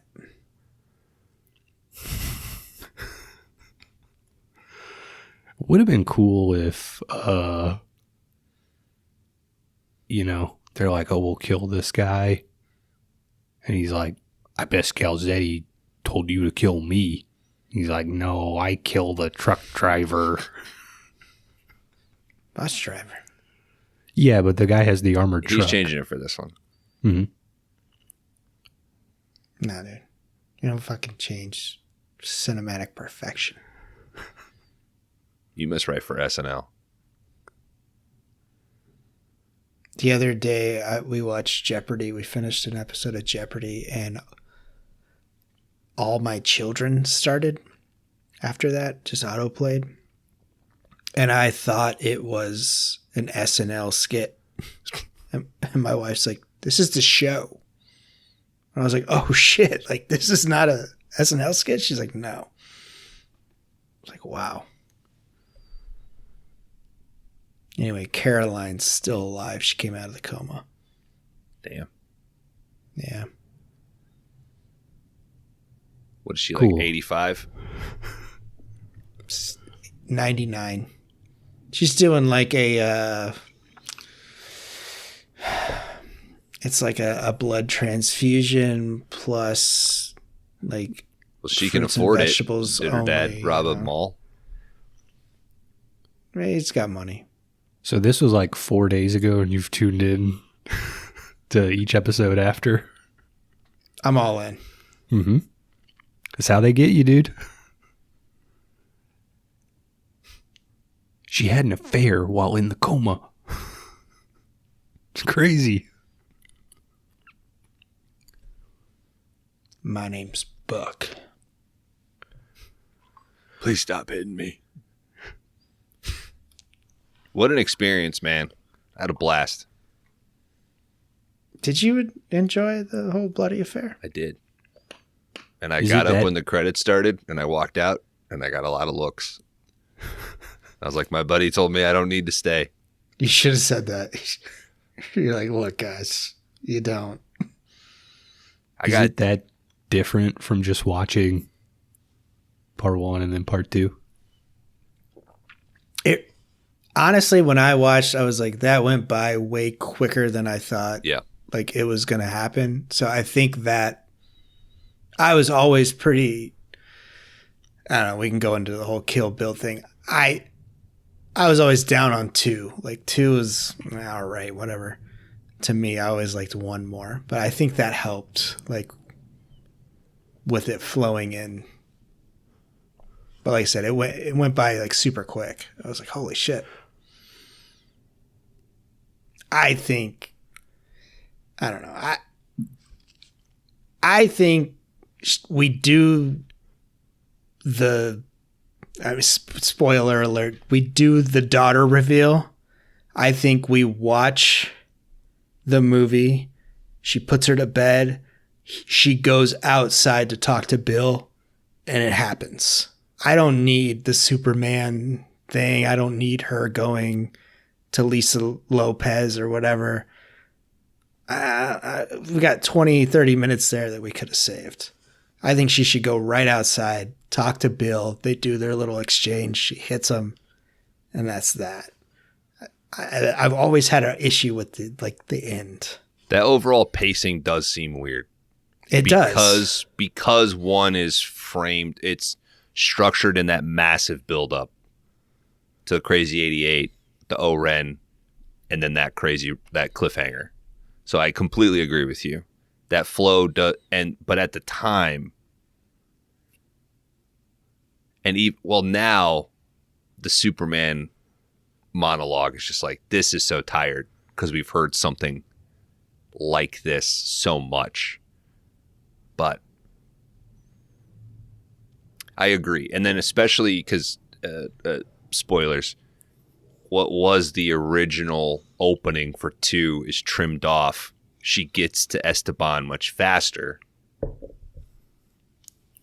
Like, so you don't have that I'm going to kill Bill, go to Bud, and then come back to Esteban. So I would say if I have any issue, it's that there's nothing really connecting post-Bud into that. You could also argue you don't really get anything that transitions you to Vernetta.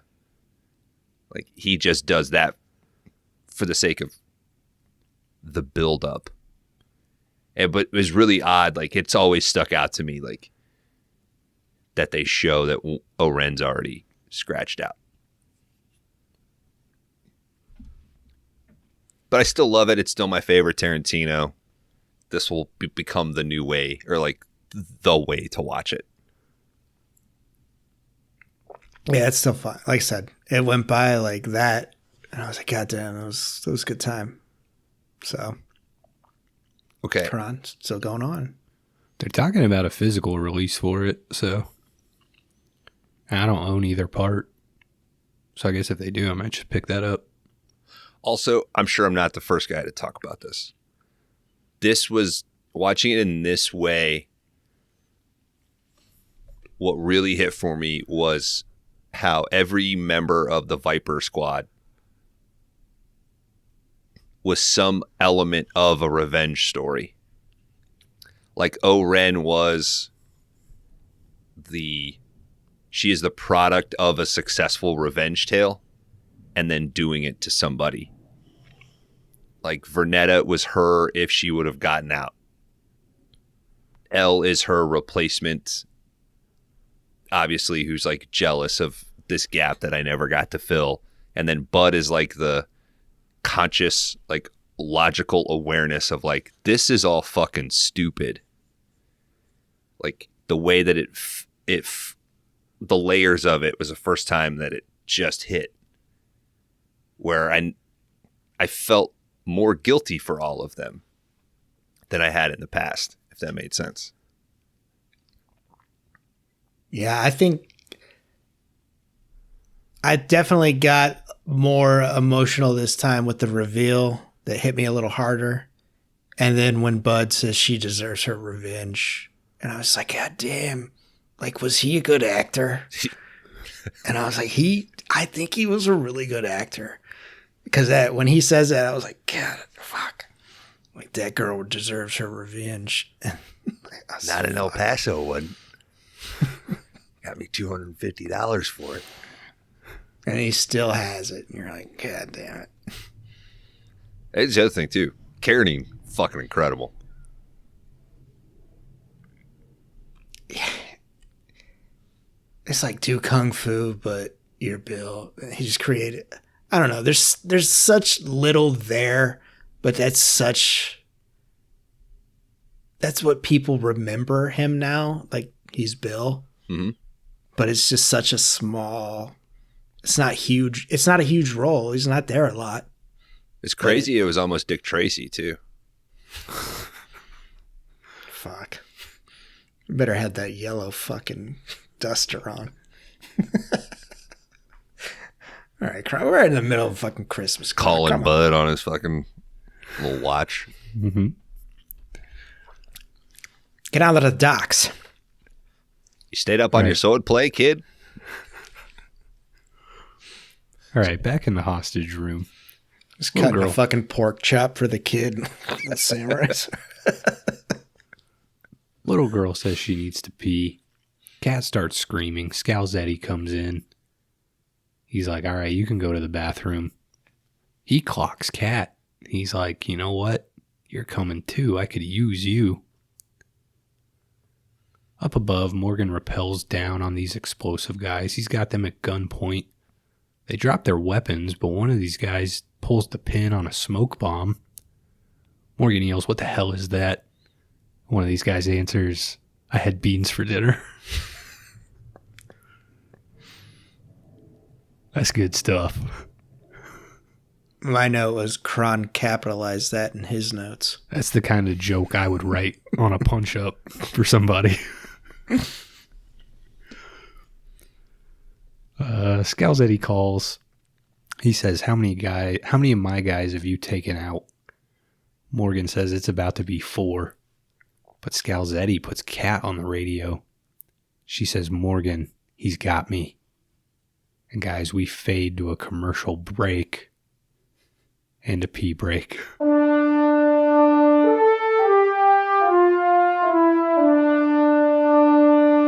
All right, guys, we are back in the Christmas rush.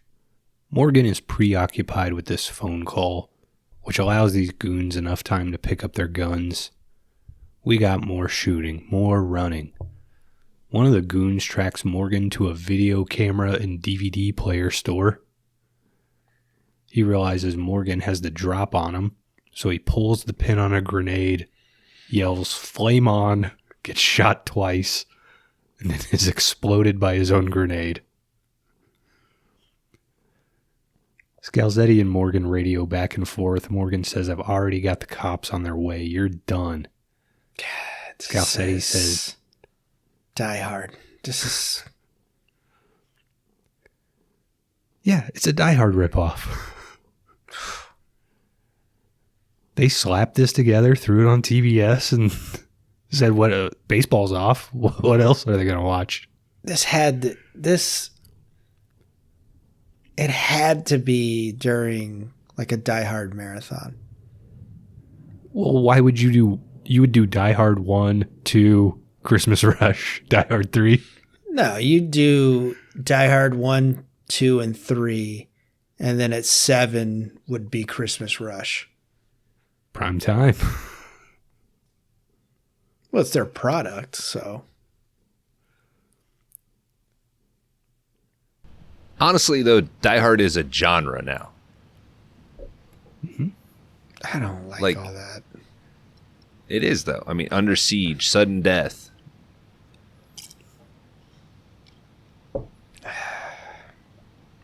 Die Hard 2, Die Hard 3.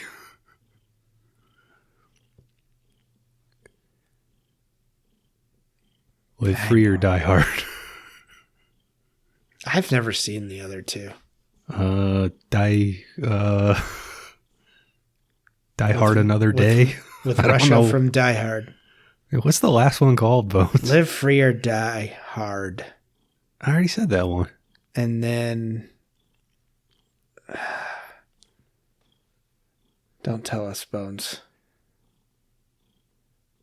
A Good Day to Die Hard. Got it, buddy. It's a Beatles song. All right, Morgan says, I've already got the cops on their way. Scalzetti says, just give me the money and I'll set your wife free. Other explosive goon runs in, firing to avenge his fallen partner. Morgan yells over to this guy who's hooking up a... My wife was wrong. Later, y'all. You can keep her. Mm-hmm. He takes off. This goon is hooking up a block of C4 the size of a human torso. Morgan's like, let me tape it to a chair and throw it down an elevator shaft. Morgan says, why don't you talk to your boss? Scalzetti tells this goon, get down here ASAP. It's about the money, not this guy. The goon says, this dog ass killed Wayne. I thought that was a funny line.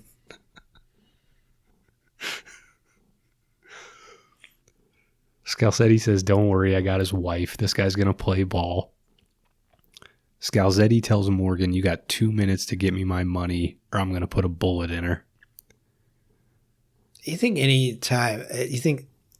somebody's been like, I got your wife. And the guy's like, eh.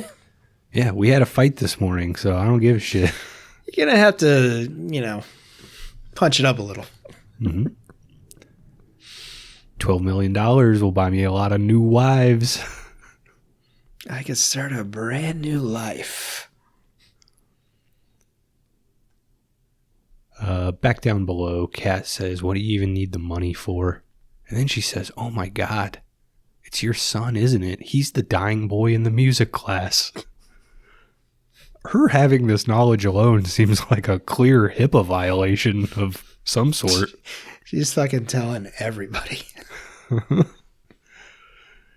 Kat says, I have kids too. Are you really going to make them experience the loss of a parent? Scalzetti looks at her and says, I will, in 57 seconds. Cut to Morgan. He rushes back to get the money, but it's gone. He sees a trail of blood, starts to follow it. It's that big-ass goon that he fought first. This guy's up. He's got the money. He's got it back in the service elevator. Morgan catches him. More fighting. Morgan does get stabbed here, but he's able to shoot this guy dead. Just as Scalzetti is about to shoot Kat, Morgan radios and says, I got the money. Offers Scalzetti the trade, the cash for the woman. They go to this trade-off. Kat goes up one escalator, the money comes down the other. It's perfect. Morgan and Kat are reunited. He says, let's go home. Boys in blue are on their way. Kat says, well, they're not here yet, and there's 6 other hostages. She says you don't have to prove anything, which, all right, this dude was ready to go home. You brought this shit up. Morgan decides to give her a gun, tells her to go home. He's still got work to do. Scalzetti starts wheeling this money around. He's down below in like some kind of parking garage thing. He starts looking at blueprints of maintenance access tunnels. Morgan goes down. He frees all the other hostages. Suddenly a forklift starts coming down at Scalzetti. He shoots it. It wrecks. He goes to have a look, but Morgan comes up behind him. These guys start talking back and forth. Scalzetti says, my kid's got leukemia. He needs a marrow transplant.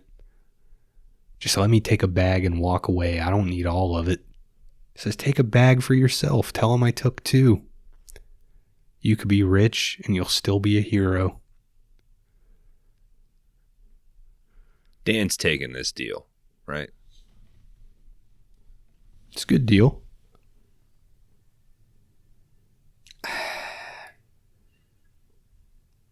I'd want it all. I'd want it all. I mean, if you're going to take one bag. Might as well. I've went through this much trouble. Like, you got to leave a bag, though, for when the real cops show up. Yeah. It's like a Christmas, Yeah. You got to fake blow it up. Mm-hmm. Morgan again at this point calls Rich. He's like, where the hell are you? Rich answers him and says, I'm right behind you, buddy. Morgan says, well, you got to keep an eye out, dude. There's another one around here. Rich says, you mean Kid Blast? Morgan says, yeah, how'd you know?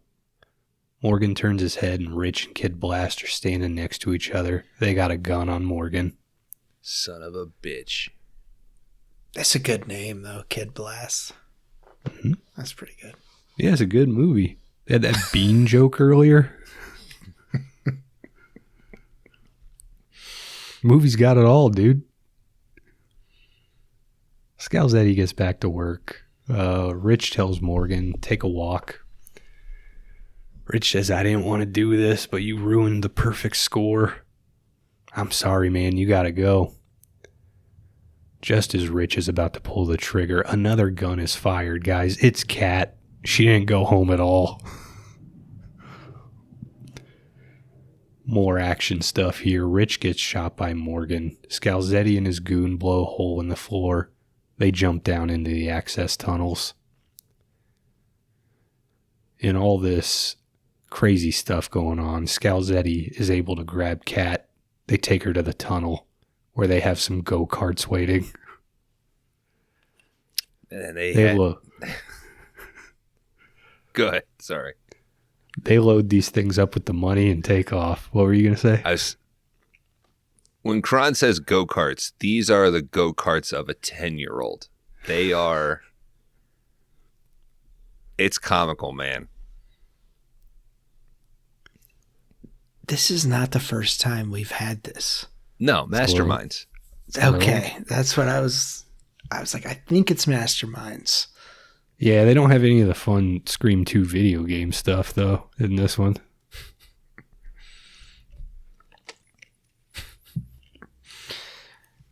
It's the movie, dude, not the video game. There's no video game for Scream 2. It's not worth it. It's the game in the movie. There's no game in the movie. Yes, it is. He's playing like a skeleton game, dude. To get an advanced copy of Scream 2. To watch it early. Do you know what hacking looks like? It does not look like a skeleton video game. That's preposterous. Dude. Kron, please, my Christmas wish. Drop the bit, man. Drop it. No. Your heart's going to explode. It's not a bit. Okay. Have you rewatched Masterminds? No.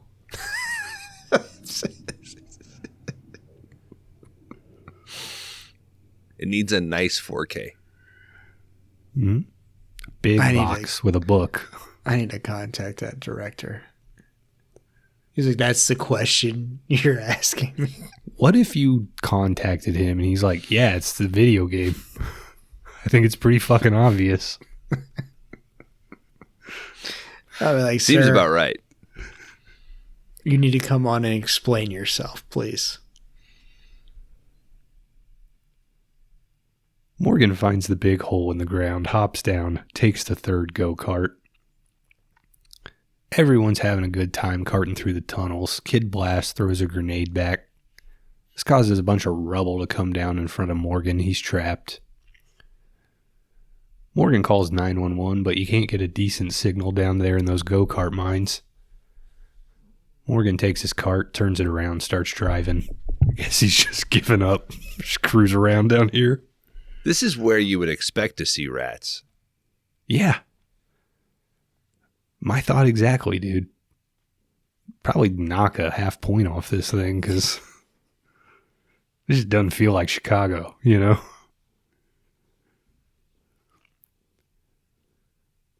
Scalzetti goes... Scalzetti realizes he's lost down there. He consults the blueprints, tells Kid Blast, we're going to have to turn around and double back.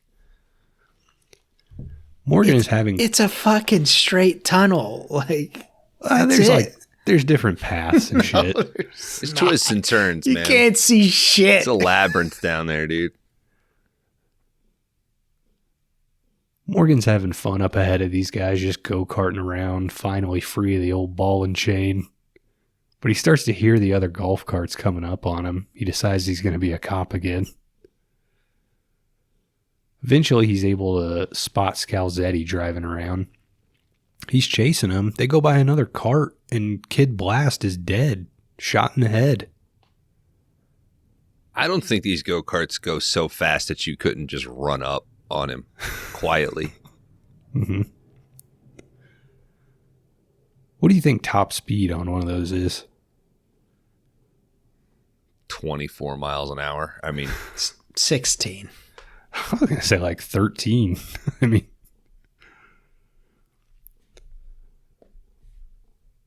Scalzetti stops at an access ladder, tells Kat to start climbing. As he's grabbing the money, she takes off her cross necklace and drops it on the ground. Morgan's cruising along. He finds it, climbs up the same ladder. Fucking Titanic. Like, what? All right, these three are now in some kind of boiler room.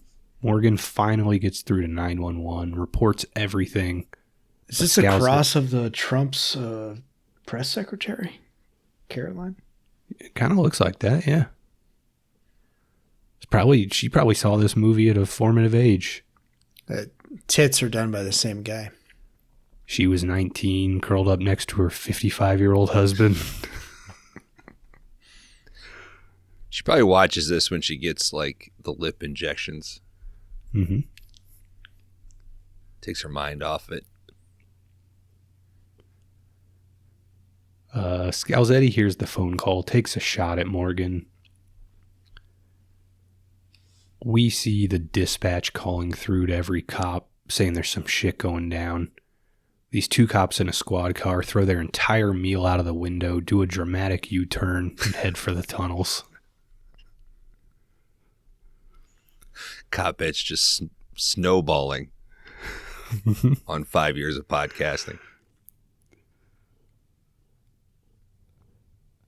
We get a SWAT team going down into the tunnels. Morgan catches up to Scalzetti. These two have a frantic strobe light fight. SWAT team eventually finds everybody. They all catch up to Scalzetti on an access ladder. This is how Bane took over the city, dude. Mm-hmm. Having all the fucking cops go into the tunnels. Yep.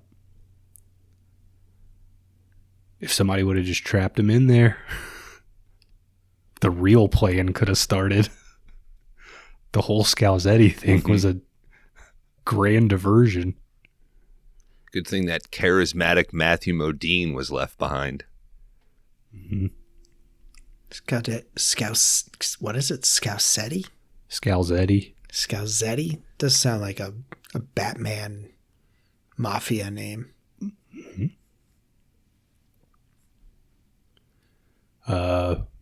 Scalzetti's surrounded on the ladder. Morgan tells him there's an easy way and a hard way. Whoa. Just do You the- said that in the beginning of the movie. Yeah. Wait, what? He says, just do the right thing. Think about Mookie. your boy. Mookie. Always do the right thing. Now put ice on my tit. Thank God for the titties. Scalzetti drops his gun, but he jumps for the ladder. A few SWAT guys take a shot at him. Morgan's like, cease fire. Scalzetti tries to open the grate, but he's too weak.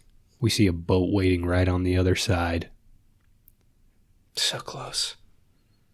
Morgan runs over to him, tells him, save your strength. The EMTs are on their way. Guys, we cut over to a hospital. Morgan and his wife are there. Scalzetti's wife walks up with a doctor who says we've got some very promising donor matches. Morgan's like, that's great news. How soon Maybe can we you-" should have did this, 3 months ago. Maybe his own father shouldn't have made this decision and he should have been with his child the whole time, Danny's trying to get the money together. GoFundMe. Didn't it exist in 2002? It's there. Ronald McDonald House. Come on. There's so many options you have besides this, dude. Come on. Morgan does say, that's great news. How soon can you operate? And this doctor's like, the fuck? No one has paid me. This is America. I will happily watch this child suffer and die before I lift a finger unless somebody gives me goddamn $200,000. Down the other hallway, here comes the lieutenant. He says, good news, Morgan. It's been ruled that the Chinatown thing was unavoidable. Gives Morgan back his badge. He says, by the way, here's a attaboy from the insurance company. Hands Morgan an envelope. He opens it. His eyes bug out. Guys, it's a check for $200,000. At least it could have been 210. He could have kept a little. The lieutenant looks back and says, hey, Morgan, or he says, by the way, Merry Christmas, Captain Morgan. And then he puts his foot up on a barrel. Yeah. And fucking does that thing. I didn't put that together. Morgan hands over the check. I was so blinded by the actual light in the hospital. I was like, oh, God. I can't see. First bright thing you could see in the movie, huh? Yeah. Morgan does hand over the check to the doctor. We cut to him and his family. They say a I prayer. don't think over that's the- how it works. I've never written a check out to the doctor.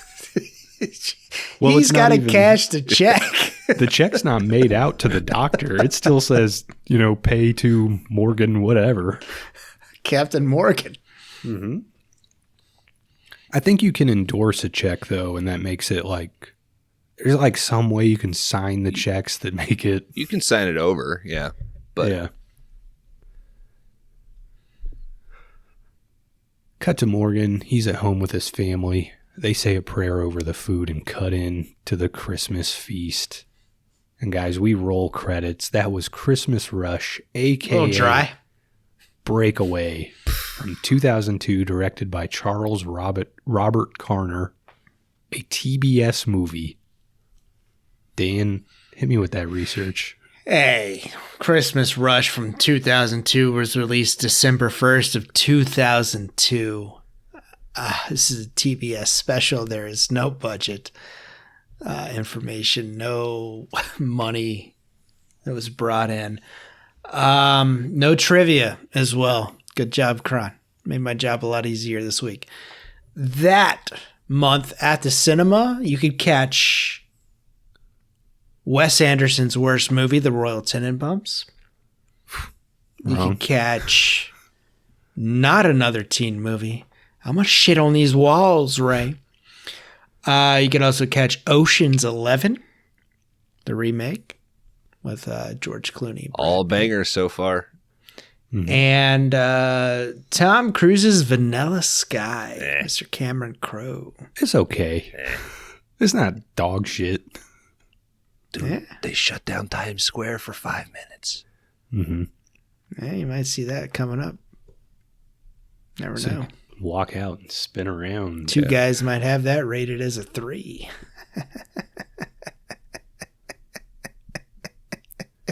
Penelope Cruz's boobs in that movie. Yep. I swallowed your cum, David.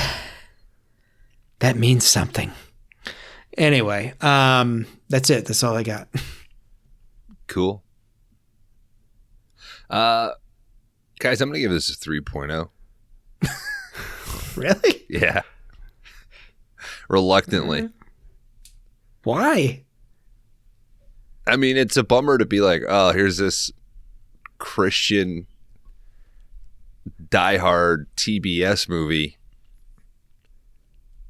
But depending on how you look at it, you might take that as a good time. I mean, this is, I'm shocked at how fun this thing is. It moves. You might feel like some of the fight scenes drag on a little bit, but for the most part, the logic's there. You've got a ridiculous enough setup to buy in. You've got fun bad guys.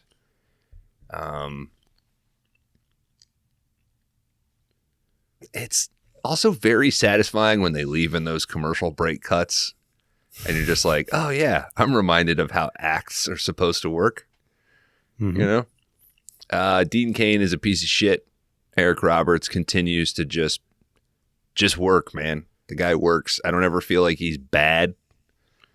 You know, may not be able to say like, oh, he's good. Our lead actress, she's not given much to do other than, you know, be a mom, be a wife. The Muslim Christian joke is a little offensive, but also at the same time, not at the sake of like laughing at a religion. It was very funny at the time. Like, I don't know how intentional it was meant to be, but for a Die Hard ripoff, you could do much worse. For a TBS Superstation movie, you could do much worse. 3.0 for Christmas Rush. Yeah, Christmas Rush 2002. Yeah, clearly a Die Hard ripoff, as we've said.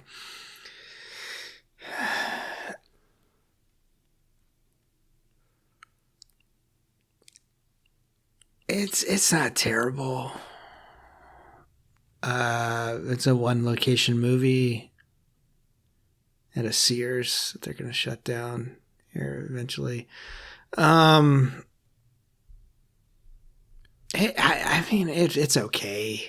It's all right. I couldn't see a lot of it. Like I said, might be my vision. I don't know. 5D Army, please watch and tell us on the Discord if you were blind as a bat as well. Make sure you write a check before you go to the optometrist, though. You just hand it to them and they'll. There are just bits of action that work though that I like. I kind of like how we have a 20-minute fight with that one dude with the nice hair and he slips up on the conditioner and I didn't even play hockey, you know. Like, they take their time. I appreciate that. I think the sound works in this movie, which is I'm trying to pull some pros. 2.0 for Christmas Rush. It's not terrible. You could do worse. All right. Christmas Rush, guys, a TBS movie. I think the practicals are not super expensive here, but they're all pretty fun. You got slow-mo real stuff exploding. I mean, there's more special effects in this thing than a lot of Hollywood movies now will give you, which is a real sad state for the industry. The movie is fine. Like, it's okay, the story is whatever. It is definitely just a diehard ripoff that they thought they could crank out and sell to a TV station, and that's fine. Like, I don't think it's trying to be anything more than that. And I think it does a decent enough job at getting the movie done. You know, there's nothing major to like ding here besides it looks like a TV movie, but altogether it's fine. I'm going to be between you two at a 2.5. But my thing is like, does TBS still have the rights to air this? Because to me, could you imagine if like you're kind of in the Christmas season, you're setting down, all the families left to go back wherever they go. If TBS was just like, hey, guess what? We're playing all of our TBS movies from like 1992 to 2002. That would be fun as hell. Like, I don't know if watching this thing just as a movie is like the right way to do it, but if you're popping in and out and grabbing eggnogs and a leftover ham sandwich, like, that might be the way to do this thing. It's decent. TBS, get on it. This is $1 million idea. I just gave you pieces of shit.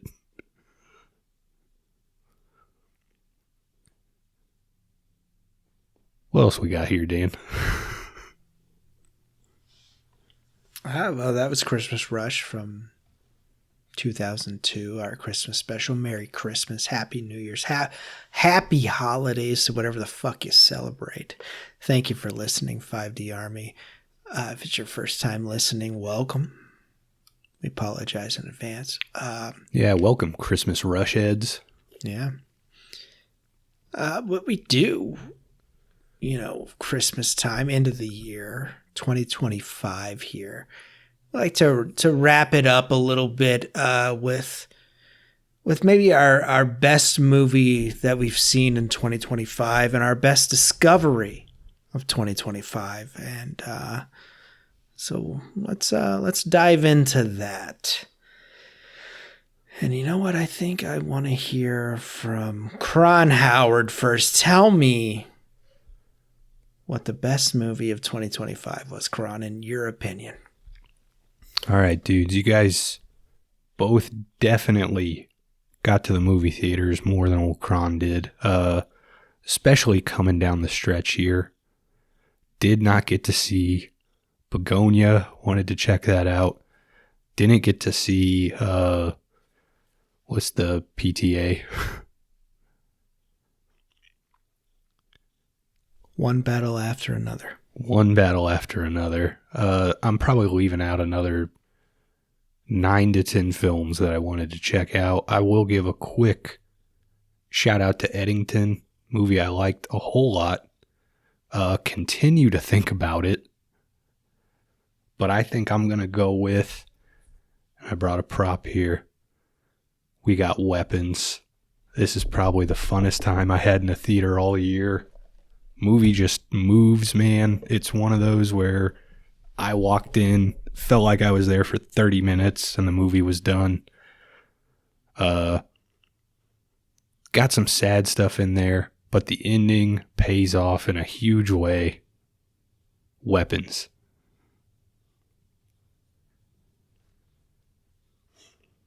Hell yeah, dude. That's a beautiful pick, I think. It's a good time. Bones.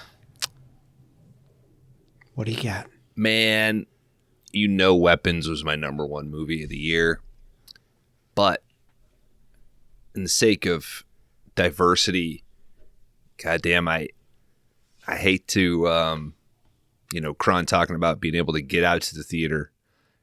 I hate to promote a movie that was fucking streaming, but Train Dreams on Netflix, man, I had a lot of fun. If you've ever had a tough time connecting to a Terrence Malick movie, I feel like what Terrence Malick is trying to do and convey, Train Dreams does quite effectively. And that's with me watching it in 3 sittings over the course of 4 nights. I look forward to, in the future, being able to watch that in 1 sitting. Would prefer not to explain much about it. I would say that it can often be boring to say that a movie is just a reflection on something. And that's as much as I would give you. Going with an open mind and an open heart. Train Dreams on Netflix. It's a beautiful slice of cinema. One question. I have watched Train Dreams. It is very high on my list as well. Would it work without the narrator? No. Okay, I agree as well. That's all we'll say. But yes, great pick, Bones. I think it's a lovely, lovely film. I believe Will Patton is the narrator. Yes. And he's become like, I think he reads almost like every Stephen King book now. Great voice on Will Patton. Yeah. Lovely. It's got everything there for you if you want to, if you're looking for good cinema there. So yeah, good picks, you too. I've seen 43 movies from 2025 right now. I still got some to go.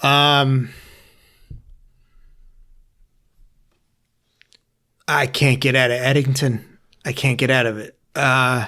All roads lead back to Eddington. It's just a powder keg of what 2020 was. Ari Aster, just, he packs so much in there with just so much crazy things that happened. And he's making a banana split, and he's got the ice cream, he's got the bananas, he's got the sprinkles, he's got the fucking whip, the Miracle Whip, or not the Miracle Whip, that's Miracle Whip. He's got the... That's what it is, man. That's Ari Aster's... And he's got that... It's mayo on a banana split. He's got the cream, and then he has this cherry that is one thing that at that time you're like, what the like, people believe that? And then he's like, I'm going to dump all those the whole jar on there. That's the cherry. And it turns into like this action piece that you're like, what the fuck? And I don't know. It just, Emma Stone, you don't see her much in that movie, but it's just such a fucking great performance. Begonia, I think she's just coming up to being one of the best actresses we have, which is weird because I hate fucking La La Land. Joaquin Phoenix, whatever he does, I'm glad you took the money for that second Joker movie, but now we can get on to what you really want to do. Great performance by him, but I think it's just like a fucking, like, it's Wild E. Coyote. Ari Aster caught the Roadrunner in a cage. He's throwing dynamite and bombs and whatever onto this thing, and it's just going to explode. And I think that it works so much. I haven't stopped thinking about it since I watched it. One battle after another is fucking amazing as well. PTA is back, but I think Eddington edges it out with just that one little detail of these guys take private planes and they're hired to do this stuff. And he takes that one little thing and he's like, that's what I'm going to go with. And it's like, what? And that just, and it's shot so good. The cinematography is so fucking great. And the soundtrack is so fucking Western. It's like a fucking, I don't know. Turn it up to the loudest volume you can and watch it on the biggest screen you can, because I think Eddington is my best film of the year. I can't get away from it. I think about it on a weekly basis. So there you go. It's fucking wild to me that the best action, I feel like, of the year was in a horror comedy and they're both horror comedies, essentially. I feel like the best action sequence is the climax of Weapons. Like, that payoff is incredible. But the shootouts in Eddington, I honestly, like, John Wick 4, I don't know, man. But yeah, you're right. The cutaway to that private plane and dude doing push-ups, you're like, okay, I thought I knew what this movie was. Now I really don't. Mm-hmm. And it's just like oh yeah, there was this too. Like, and he kind of just tosses it in there and then makes it a whole, like, oh, we're going over here. Mm-hmm. I've tried so many times to like get Frances to watch it, and she's like, I don't want to watch a movie about COVID.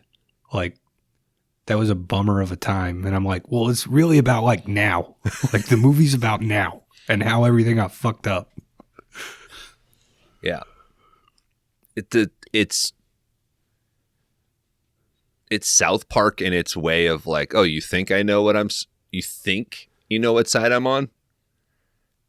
Like, I'm going to fuck with you so much. Like, what side do you believe? Do you think that you could have been, sucked into this? And then, light spoilers, but some of the most shocking deaths. And you got the data center that's coming, which is that's happening now. To Kron's point, yeah, he condensed 6 years into a Western horror comedy. There's so much stuff too with like that kid who's he's like kind of trying to get into the BLM protests. Oh, but just to hook up with that girl? Yeah, but he just wants to hook up with that girl. And there's that part where he's like telling his parents about Black Lives Matter, and his dad is like, the fuck are you talking about? But it is that thing of like, he's kind of doing the right thing, but it's really just to try to get with this chick. Like, it doesn't, like, none of it matters in any way. I was the only guy in my theater to laugh out loud at that whole scene. I had a couple in front of me leave because they're like, this isn't funny. And they finally left, which was great. But at the end, I was so happy I went to the theater and seen it. So, well, I would like to talk about once Kron sees One Battle After Another. I would say that one of them uses characters, I think, more effectively. And that's why I would edge it over the other one. I think one of them uses characters and then gets distracted and says, like, let me spend what I think is an unnecessary amount of time with some people. And then you buy in with them, and then it's kind of a bummer. Whereas Eddington knows how to I just gave it away. Like, you can have a character, one or two scenes, and then in hindsight you realize that was the perfect amount of that. I think One Battle kind of loses what was at stake at the beginning and kind of turns into something different. But like I said, Kron, you have to watch it, and it's great. It really fucking is great. If Eddington didn't come out this year, One Battle After Another, I'd be talking about right now. So, well, it's still Sinners, but which is, did we have a good movie year? Oh yeah, we ate well. Yeah, we ate well. It was pretty good. I just think that I feel like it's very important to mention. Personally, I feel like Sinners is a more American movie than One Battle.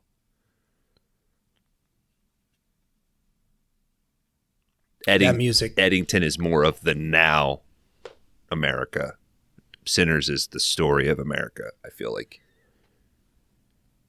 And I mean, I think the person that ate the best this year, individual person, is Benicio. Yeah. Because I think in hindsight, Phoenician Scheme, I think is going to rise in a lot of people's Anderson's rankings. It's good. I think it's just kind of dapped down with our big four here that we're kind of discussing as well. So, but even I, as a giant Wes Anderson fan, still had it. I think I have it like 6 or 7. So, but Kron, him in one battle, you're going to be like, this is my fucking spirit animal, dude. Hell yeah. It's 7:15. Which is really good, man. Like I said, one battle is really good. I think it was a good year, guys. I think it was a good year. And so just a bummer it'll never happen again. Well, I don't know. 2026 well, is on I mean, the horizon. all the big movies we were talking about were, well, what, 3 of them are Warner Brothers? Mm-hmm. So Let's see. how much is the big red box gonna stifle them? We'll see.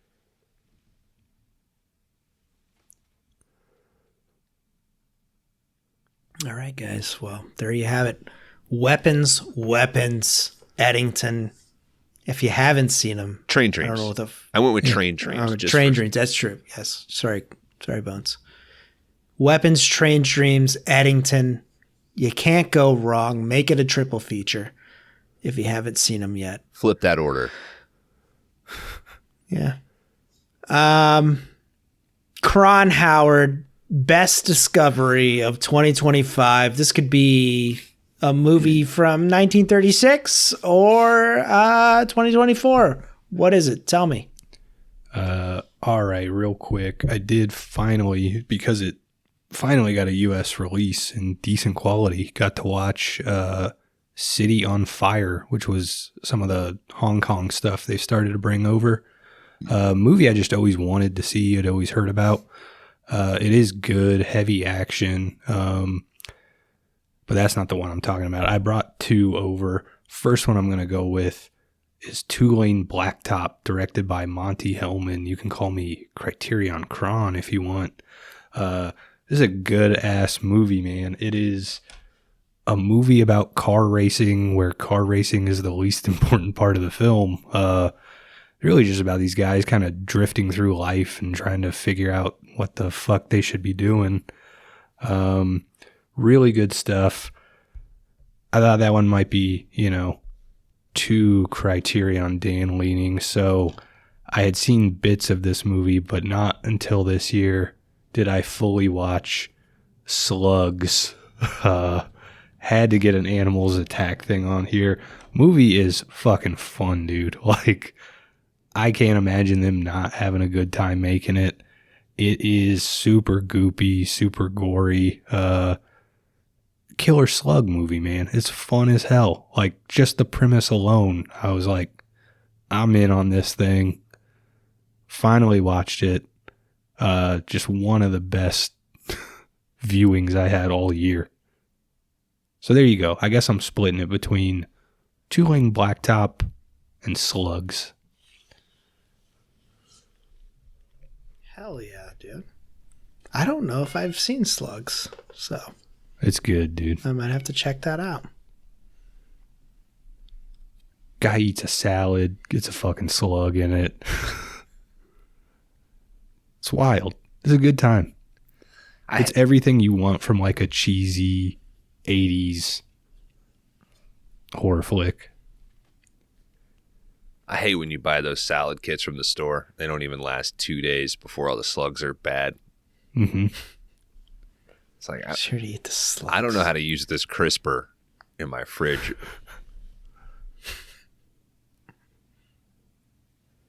Bones, are you ready?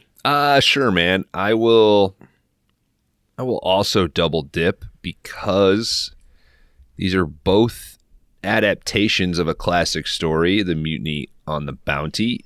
I started with the 1962 Lewis Milestone, featuring, I don't know, a little actor known as Marlon Brando. As you get older, you're drawn to the sea. You're drawn to those ships. I rewatched Master and Commander also this year and thought, man, what a bummer that we didn't get 20 of these because I could just live in this shit. Mutiny on the Bounty with Marlon Brando, kind of well known for, you've got Brando just coming in and acting against a bunch of old school thespians with his new style of acting. And it's very funny to just see that clashing. And then also, I really enjoyed 1984's The Bounty with Mel Gibson and Anthony Hopkins. Anthony Hopkins will make you smile with every fucking line delivery of him yelling at Mr. Christensen. Look for a nice young Daniel Day-Lewis and Liam Neeson running around on Tahitian islands talking about, well, fuck this. Why would we ever go back to Britain? Yeah, man. If you're getting that call to the sea, check those out.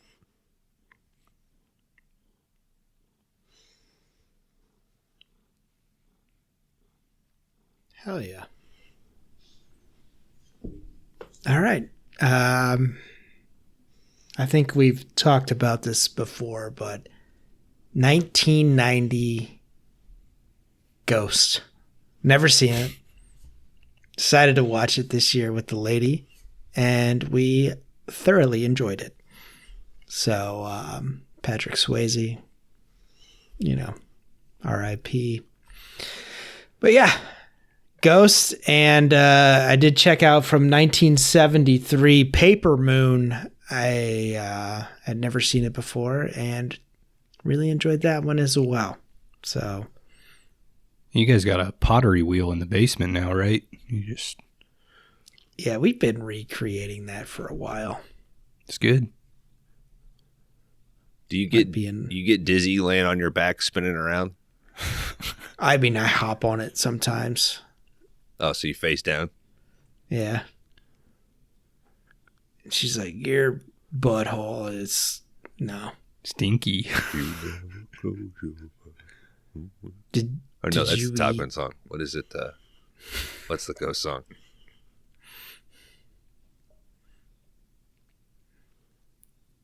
Of smells of dead human sacrifice. Oh, that is a Ghost song. Do you guys have a worst movie of the year? Like something you're pissed off at? I don't know if I want to spoil what's coming up. I mean, okay. From 2020, like just a movie we watched. Why? Are you saying that maybe we found the bottom of the barrel? Those are 2026 movies, Dan. I gotta tell you, I'm still holding a grudge against the final Mission Impossible movie. It'll take a long time for this wound to heal. Also, House of Dynamite, Catherine Bigelow's Netflix movie. Atrocious. And I got to tell you, I think I'm in the minority here. 20 years later, I did not like it. I don't think it's I didn't get it situation. I thought it was an ugly movie. I think it's disjointed if it's meant to be paired with Bone Temple that's coming out. I dislike that break in the format. I don't know. Maybe I'll give it another shot, but man, I actively disinterested as I was watching it. I think Jay Kelly. I think I'm done with Noah Baumbach. I just don't. We're getting rave reviews for Adam Sandler here, and he doesn't do anything, man. I don't know. It's just I follow some people on Letterboxd, and it really is a 50-50 split of who's getting paid and who's not getting paid. and I'm starting to see that like line. So I don't know. It's just, it goes nowhere. There's nothing there. And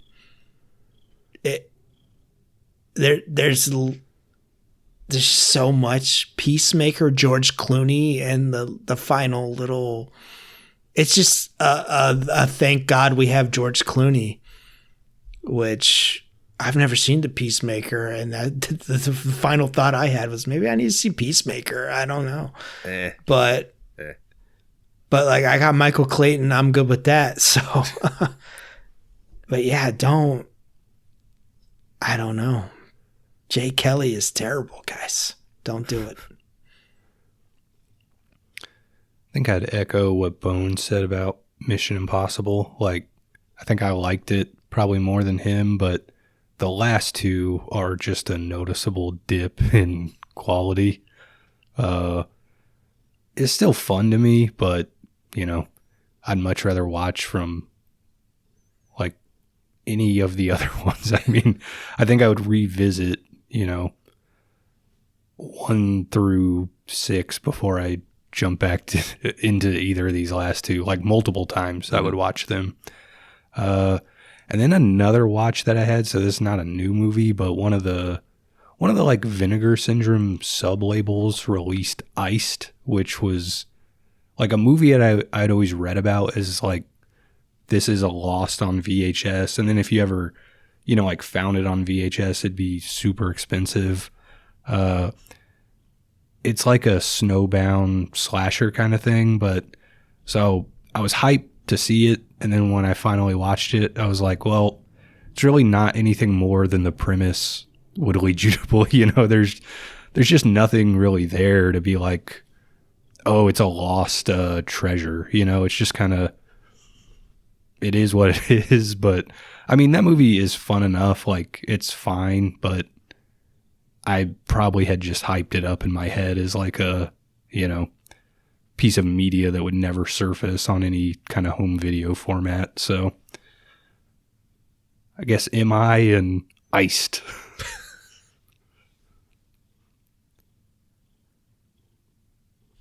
Well, there you have it. What a beefy episode. Mm-hmm.